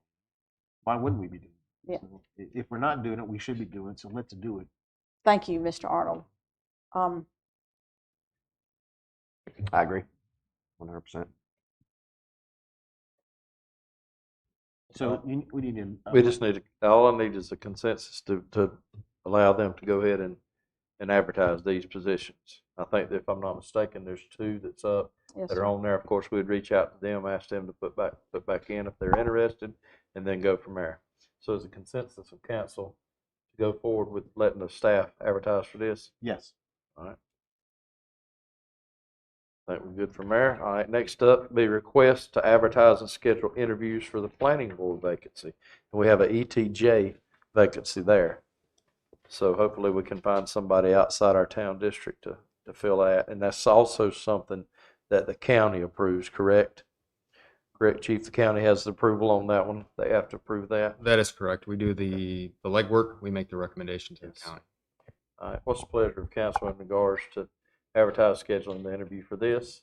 The direction for the council, or we're good with that? Say move forward with it. Okay, Yes. Before. everybody's good? Mhm. All right, next up is our HVAC maintenance agreement. Give Ms. Christie just a second to get set back down. Thank you. We have to maintenance both the Yep. 11.5 and 11.6. We did send that to the council, to the staff. Right. Go ahead, Ms. Tara. Okay.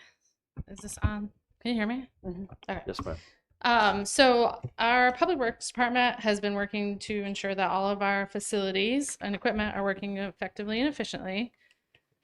A few months ago, we had an issue at Fire Station 2 with the unit that we have out there. It's a geothermal unit, which requires a lot more maintenance than a normal HVAC unit. This also created an opportunity for us to investigate our options regarding our HVAC maintenance and replacement needs.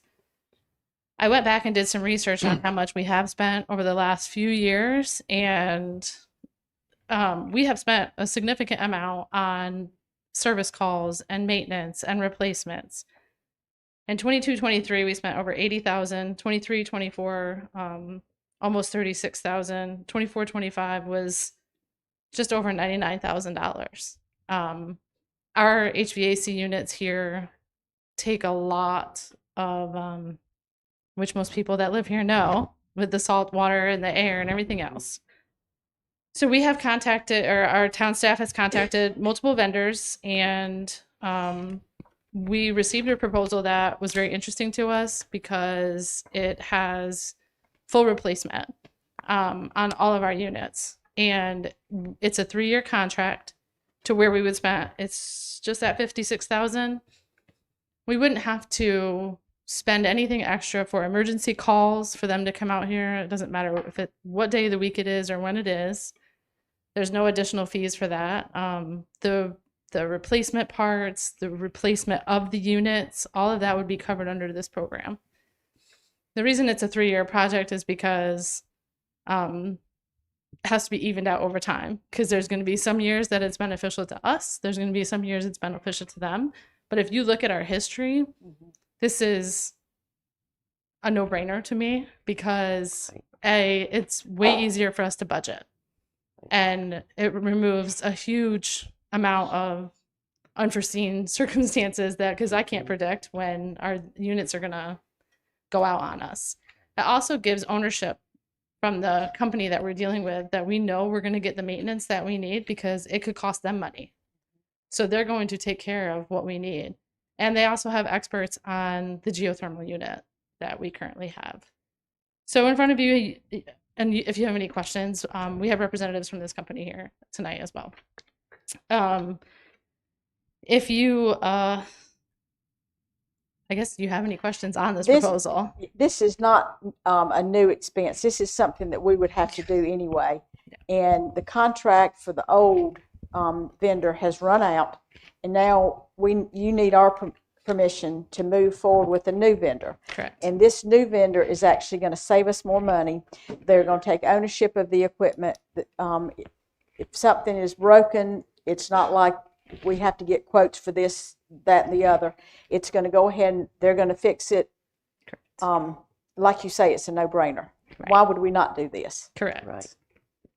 Yeah, and I mean, I agree. It seems like a no-brainer. We're going to save basically $16,000 a year on average. And a lot of things could go wrong with our systems based on where we live and as they get age on them. They did a full inventory of every single thing that we have. I think it's in the next quote. You'll see that there was I think that was part of this.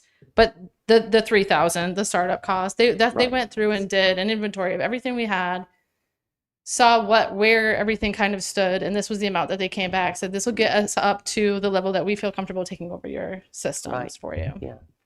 Now, Matt and Vicki, do y'all have any concerns or are y'all good? Thanks for y'all's work on this as well. Thanks for all y'all's work on this. All right. And one quick question. Go ahead. Yeah. As far as this, I don't see anything on here that talks about the cleaning of the ductworks. Is that a different person that does that for us whenever we have to have the ducts cleaned or have they been cleaned or anything like that? I don't know that part. You come up here, yeah, we want to hear you.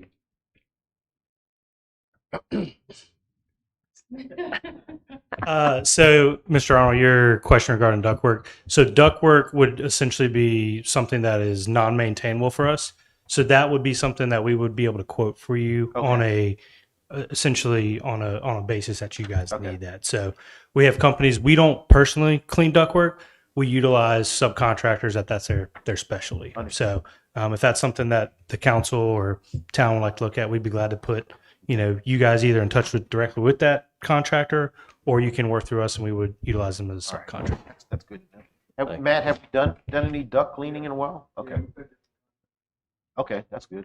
That's all I need to know. Thank you. Sir, are you more commercial? Is Superior more commercial Yes, ma'am. product than? Yep. So we're a commercial residential? industrial HVAC contractor, and we specialize in fixed cost plans like this. So we don't have a residential type mindset. We're more on the part of, hey, we want to partner with facilities, towns, municipalities, whatever the case may be, to really co-author a solution to give you and town predictability when it comes to budgeting, forecasting, knowing what you're going to spend. Because let's face it, nobody, is in the weeds every day doing HVAC stuff and, in public works. They got, I've sat here and listened to parking and everything else, and, God help them. They got a lot of work to do. And if we can take this off this plate, I think it'd be a great opportunity for us. Thanks. I will say that I did reach out to another municipality that I know that they work with, and they sang their praises. Great. Pleasure, council. I'll make a motion to approve the guaranteed lifetime protection HVAC preventative maintenance plan with Superior Mechanical for an annual amount of $56,202 with a startup cost of $3,000 and $3,059. Do I have a second? Second. Any more discussion? All in favor? Aye. Next up. So this is along the same lines. This is also in reference to that geothermal unit at Fire Station 2.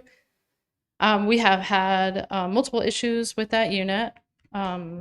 So this is basically through the recommendation of Superior that we just decided to contract with, that we add a second pump at Fire Station 2. Basically what this will do is take some of the added pressure off of the pump that we have out there now. And so when you're maintaining one, you can switch over to the other, and you can even do it like in intervals of this one runs for this amount of time and then the other one runs for this amount of time, so they won't wear out as fast. That's basically my knowledge of it. And the money for this one will come out of the public building budget. Yes. Yeah, I don't, we still have money in that public buildings budget right now, so I don't foresee a budget amendment being needed for this at this time. Question, council? Not. Pleasure, council. Mayor, I'd like to make a motion that we approve the second pump at Fire Station 2 to be purchased and installed by Superior Mechanical at the amount of $12,583. Do I have a second? Second. Any discussion? All in favor? Aye. Thank you. Thank you. Thank you, Tara. Thank you. Next up will be our shallow draft navigation and dredging assessments, waiver of acceleration request. Everybody read over that? We've done this in the last two meetings. I don't Yep. see why it'd be a problem. We didn't do it this time, so Okay. I'm in favor of it. All right, what's the pleasure of council? You want to make a motion? I make a motion that we approve the shallow draft navigation dredging assessment waiver. All right, do I have a second? Second. All right, any discussion? All in favor? Aye. Yeah, okay. Next up, proposed ordinance amendment to section 72 about the parking permitted at all times on certain streets.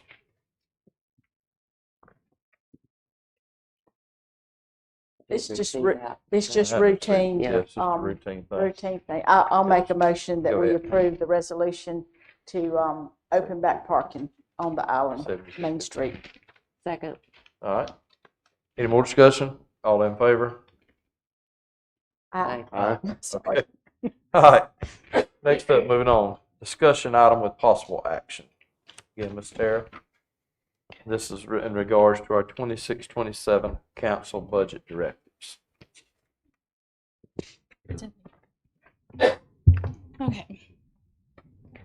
So as our mayor and town council members, we are looking to you for direction and any directives that you may have.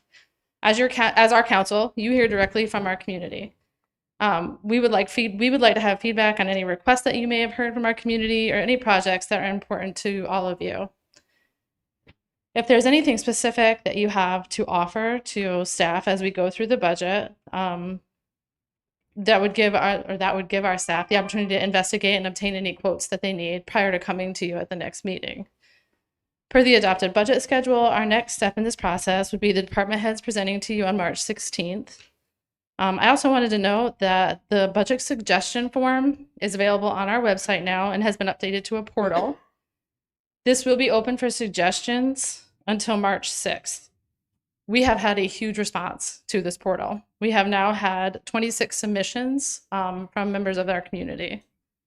I want to thank everybody that has made a suggestion, and I encourage everyone to keep submitting. This is a great way for us to understand as a staff what the needs and wants of our community.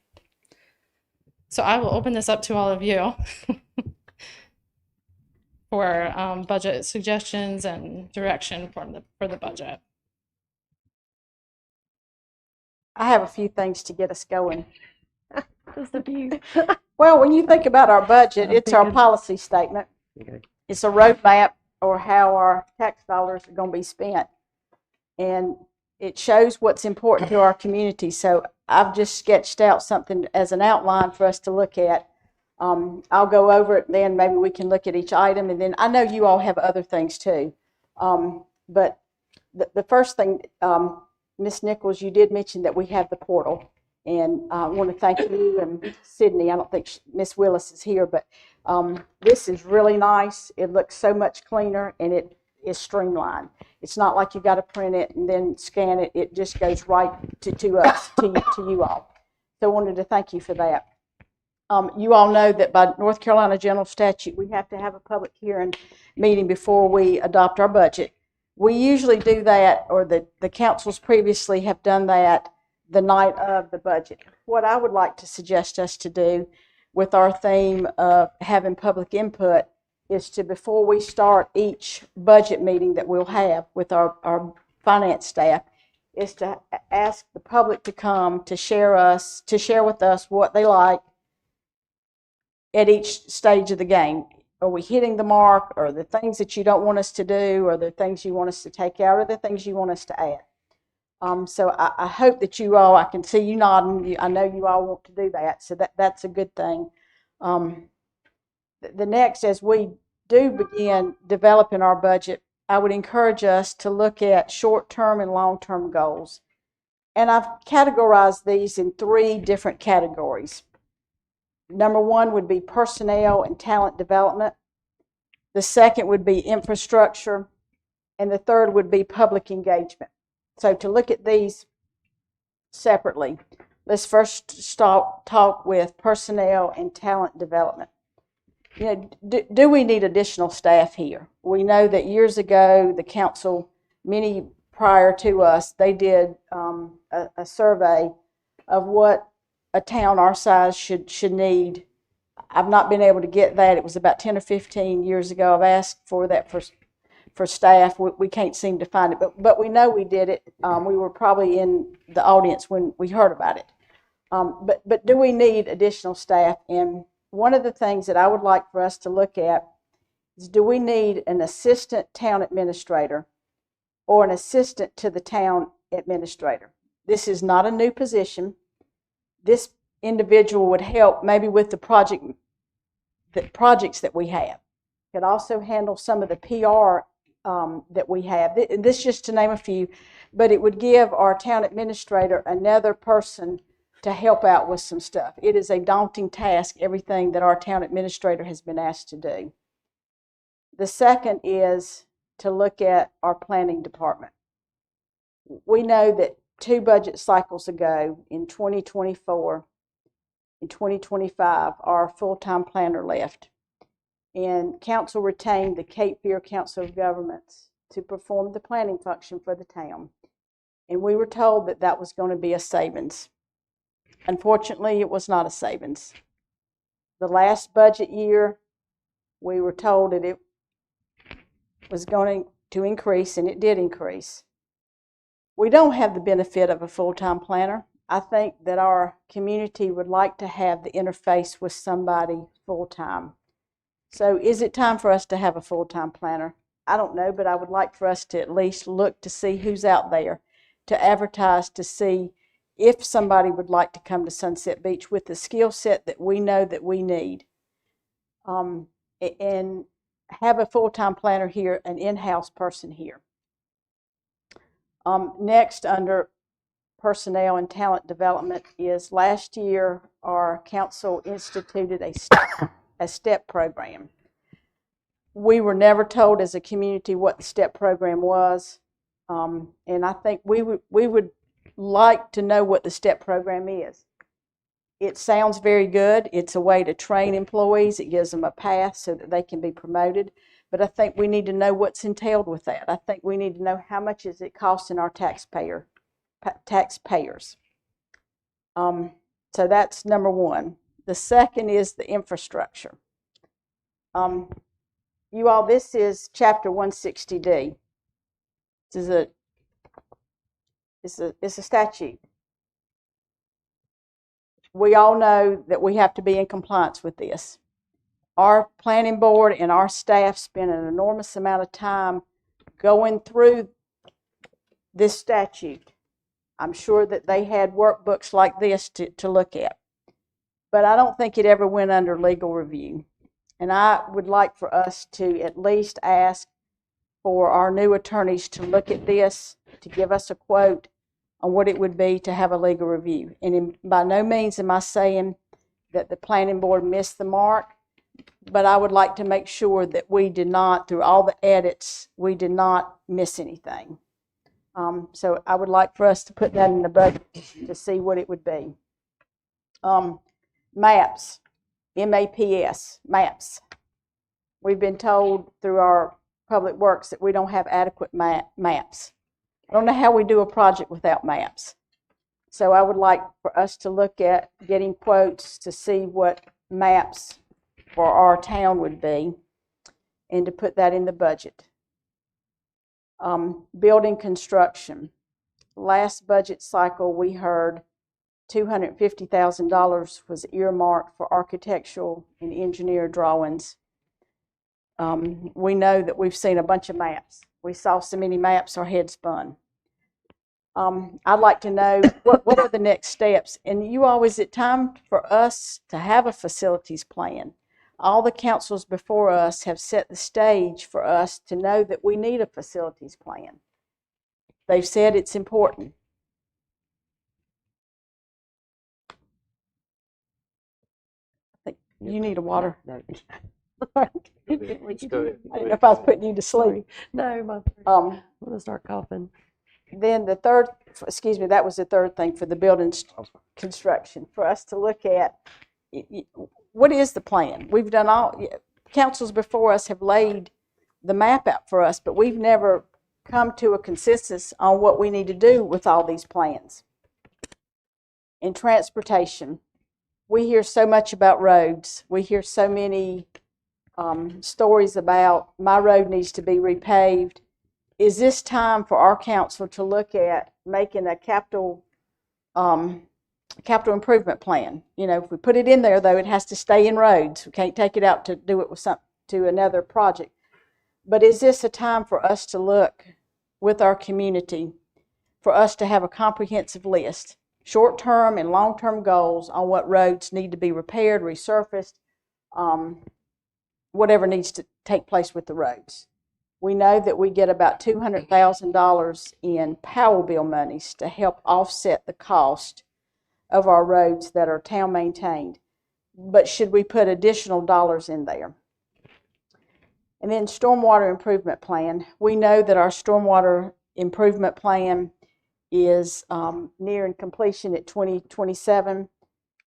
Do we need to do another one? We know that we have stormwater issues. So just because we had one, which was a 10-year plan, that our councils before put money in there, we should follow suit, and we should follow with having a capital improvement plan for our stormwater. And then public engagement. Our finance director has asked for a comprehensive budget builder that looks at how to build a budget. She knows how to build a budget, but it helps all the pages stay together. And then it also has a public relation piece. I think that would be very good. And also I guess 2 or 3 years ago, the Seaside Station community donated their property owner building, their POA, to us. Is this the time for us to look at activities for community engagement? We know that our comprehensive land use plan, we know that it has supposed to be having activities for recreation. Should we have that earmarked to set up Rummikub, Mahjong, knitting classes, cooking classes? We had public safety meetings over there. The public does come out, but I think the more that we do, the more the public will come out. I just think we need to look at, is now the time to do some of these projects that the councils before us have touched on, but never. This is a huge ask. This is a huge ask for our community, but we have money coming in. We need to budget accordingly to, if you all like these ideas, and I know y'all have other ideas too, but I just wanted to plant the seed with some of these things to get our juices flowing, because our finance director has asked for some kind of direction, and I think this gets us going with some things. You may like some of the things, you may not. It will not hurt my feelings either way. This is a great list, Katie, and I think many of these things are things we've all talked about and said that are definitely needed, and we need to look at it, and we need to find a way to pay for it. And as was discussed, we have a portal where you can submit things you would like to be considered for the budget, upcoming budget. And it's very important that our taxpayers take a minute to share what you would like to see. That doesn't mean that we can promise we can do everything, but it'll be good to hear from you and what you want to do. You also can contact us individually. You can email us. We have a separate portal, but that's really the one to make sure it gets into the budget cycle process. I had similar comments. I'll try to streamline them, not to repeat, but I think it's good if you repeat some of them, Ms. Batchelor, Well, just my to thing show is, if you're in support of them. as we approach this budget, we need to do it with discipline and with clear priorities. Our goal should be to maintain the services our community relies on, protect the assets we already have, and plan carefully for our future. I want to emphasize that this budget will need to distinguish between needs and wants. While many ideas and requests may be valuable, we cannot fund everything at once. We must prioritize the items that are essential to public safety, infrastructure reliability, and long-term sustainability. In particular, I believe we need to focus on long-term planning and investment required for our town's infrastructure, including public works operations. For any of you that have not been to our public works facility, they're in need of another one, let's put it that way. I was amazed at what's needed there. Road maintenance is needed. Ever since campaigning and being in office, I hear about it all the time.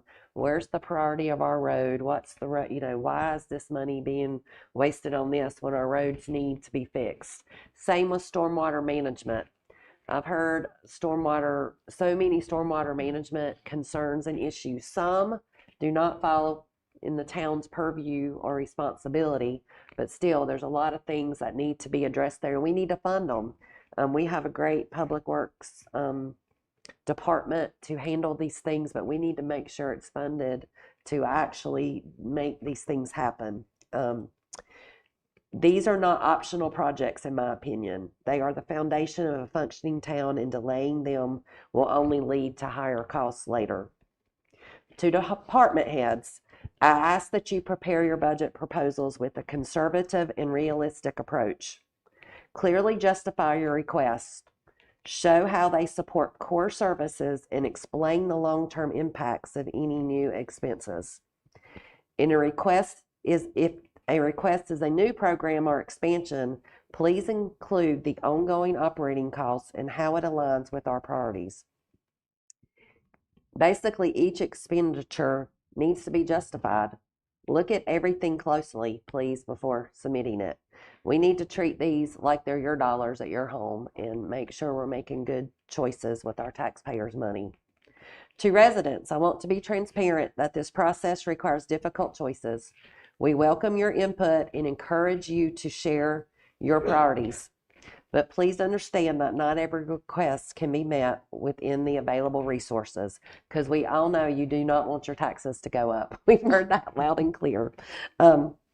Ultimately, the budget we approve should reflect responsible stewardship of our taxpayer dollars and a commitment to maintaining and improving the infrastructure and services that keep our town safe and thriving. In closing, please prioritize and justify everything, because that's what we need to see. Thank you. Very good, Ms. Batchelor. Yes.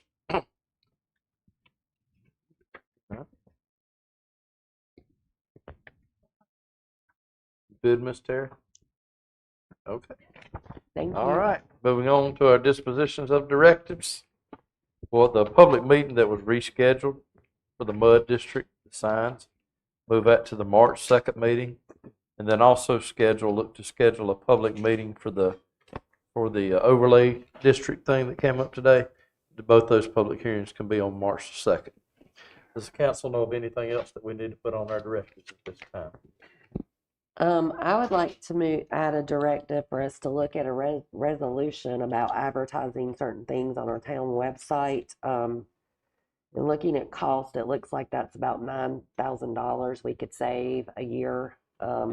That's something in training in some knockout sessions we looked in. I'm like, how can we use technology to save us money and to even be able to react faster to things happening within the town to do business? Okay. Since you brought that up, will you spearhead that? Yep. And do you want to do it on the March the 2nd one? Is that when Sure. you want to look to it? Sure. You'll have it ready by then? Yeah. Okay. We'll have that down for directive. Anything else? I would like for us to revisit an ordinance that our previous council looked at. It's the ordinance for non-residential building structure. Our council had, not us, but the previous council had a training. It was in December of 2024. In Focus conducted the training, and they even gave a draft ordinance. And that draft ordinance was presented to council. That council had a public hearing. I don't know if anybody spoke or not, but I remember being here. I would like for us to revisit that, because that's talking about like Mavericks and, I don't want to call out anybody. I guess I just did, but it was in response to that. Our council at the time thought it was pertinent to have training. They had the training. They had the ordinance drafted up, conducted the public hearing, and then it just kind of dropped. I know that they got busy with other things, but I'd like for us to revisit that. And then the second thing is beach patrol and beach rescue. May we have an update on who does what? One of the meetings that we had with the former town administrator, she asked us if we were in favor of the ambassador program.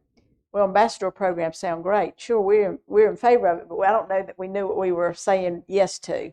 It seems like we all should be ambassadors for Sunset Beach, but could we have an update on who's doing beach patrol, who's doing beach rescue, what is involved, who's doing the cabanas, who's over the cabanas? Are we going to have any other rules out there? And the other thing is, I would like to have an update in March about the external firms for the RFPs for the auditing, banking, and engineering.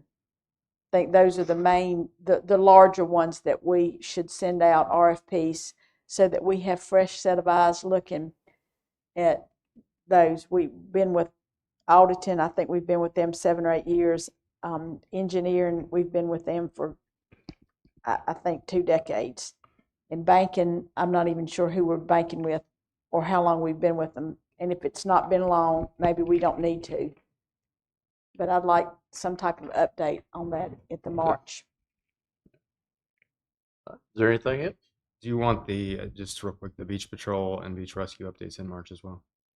If you could. I think we almost have to with timing, just to make sure that we're, We'll make it happen. You could have, okay, sure. that'd be good, because our season will start, in earnest. Nothing Yeah. else, a brief update just to get these new people especially, get them up to date on everything that goes on with that. Well, we were told in an initial meeting before being sworn in that there might be some changes to that, and we were never given any more info because it was said that it hadn't been discussed fully yet between the departments. I we'll guess put that is the on there. last update. We'll put that on there and we'll get that on the March 2nd.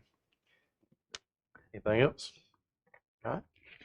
If not, public comments. Anybody like to make any public comments, you're more than welcome to come up this time. Do I have anybody that'd like to come up? Everybody's asleep. No, this thing. All right. We're not going to adjourn yet because we've got to go back into closed session. So do I have a motion to go back in from our recess back into closed session? Mr. Mayor, I move that we reconvene in closed session. All right. Do I have a second? Second. Any more discussion? All in favor? Aye. Thank you all for coming out today. Thank you. Sorry.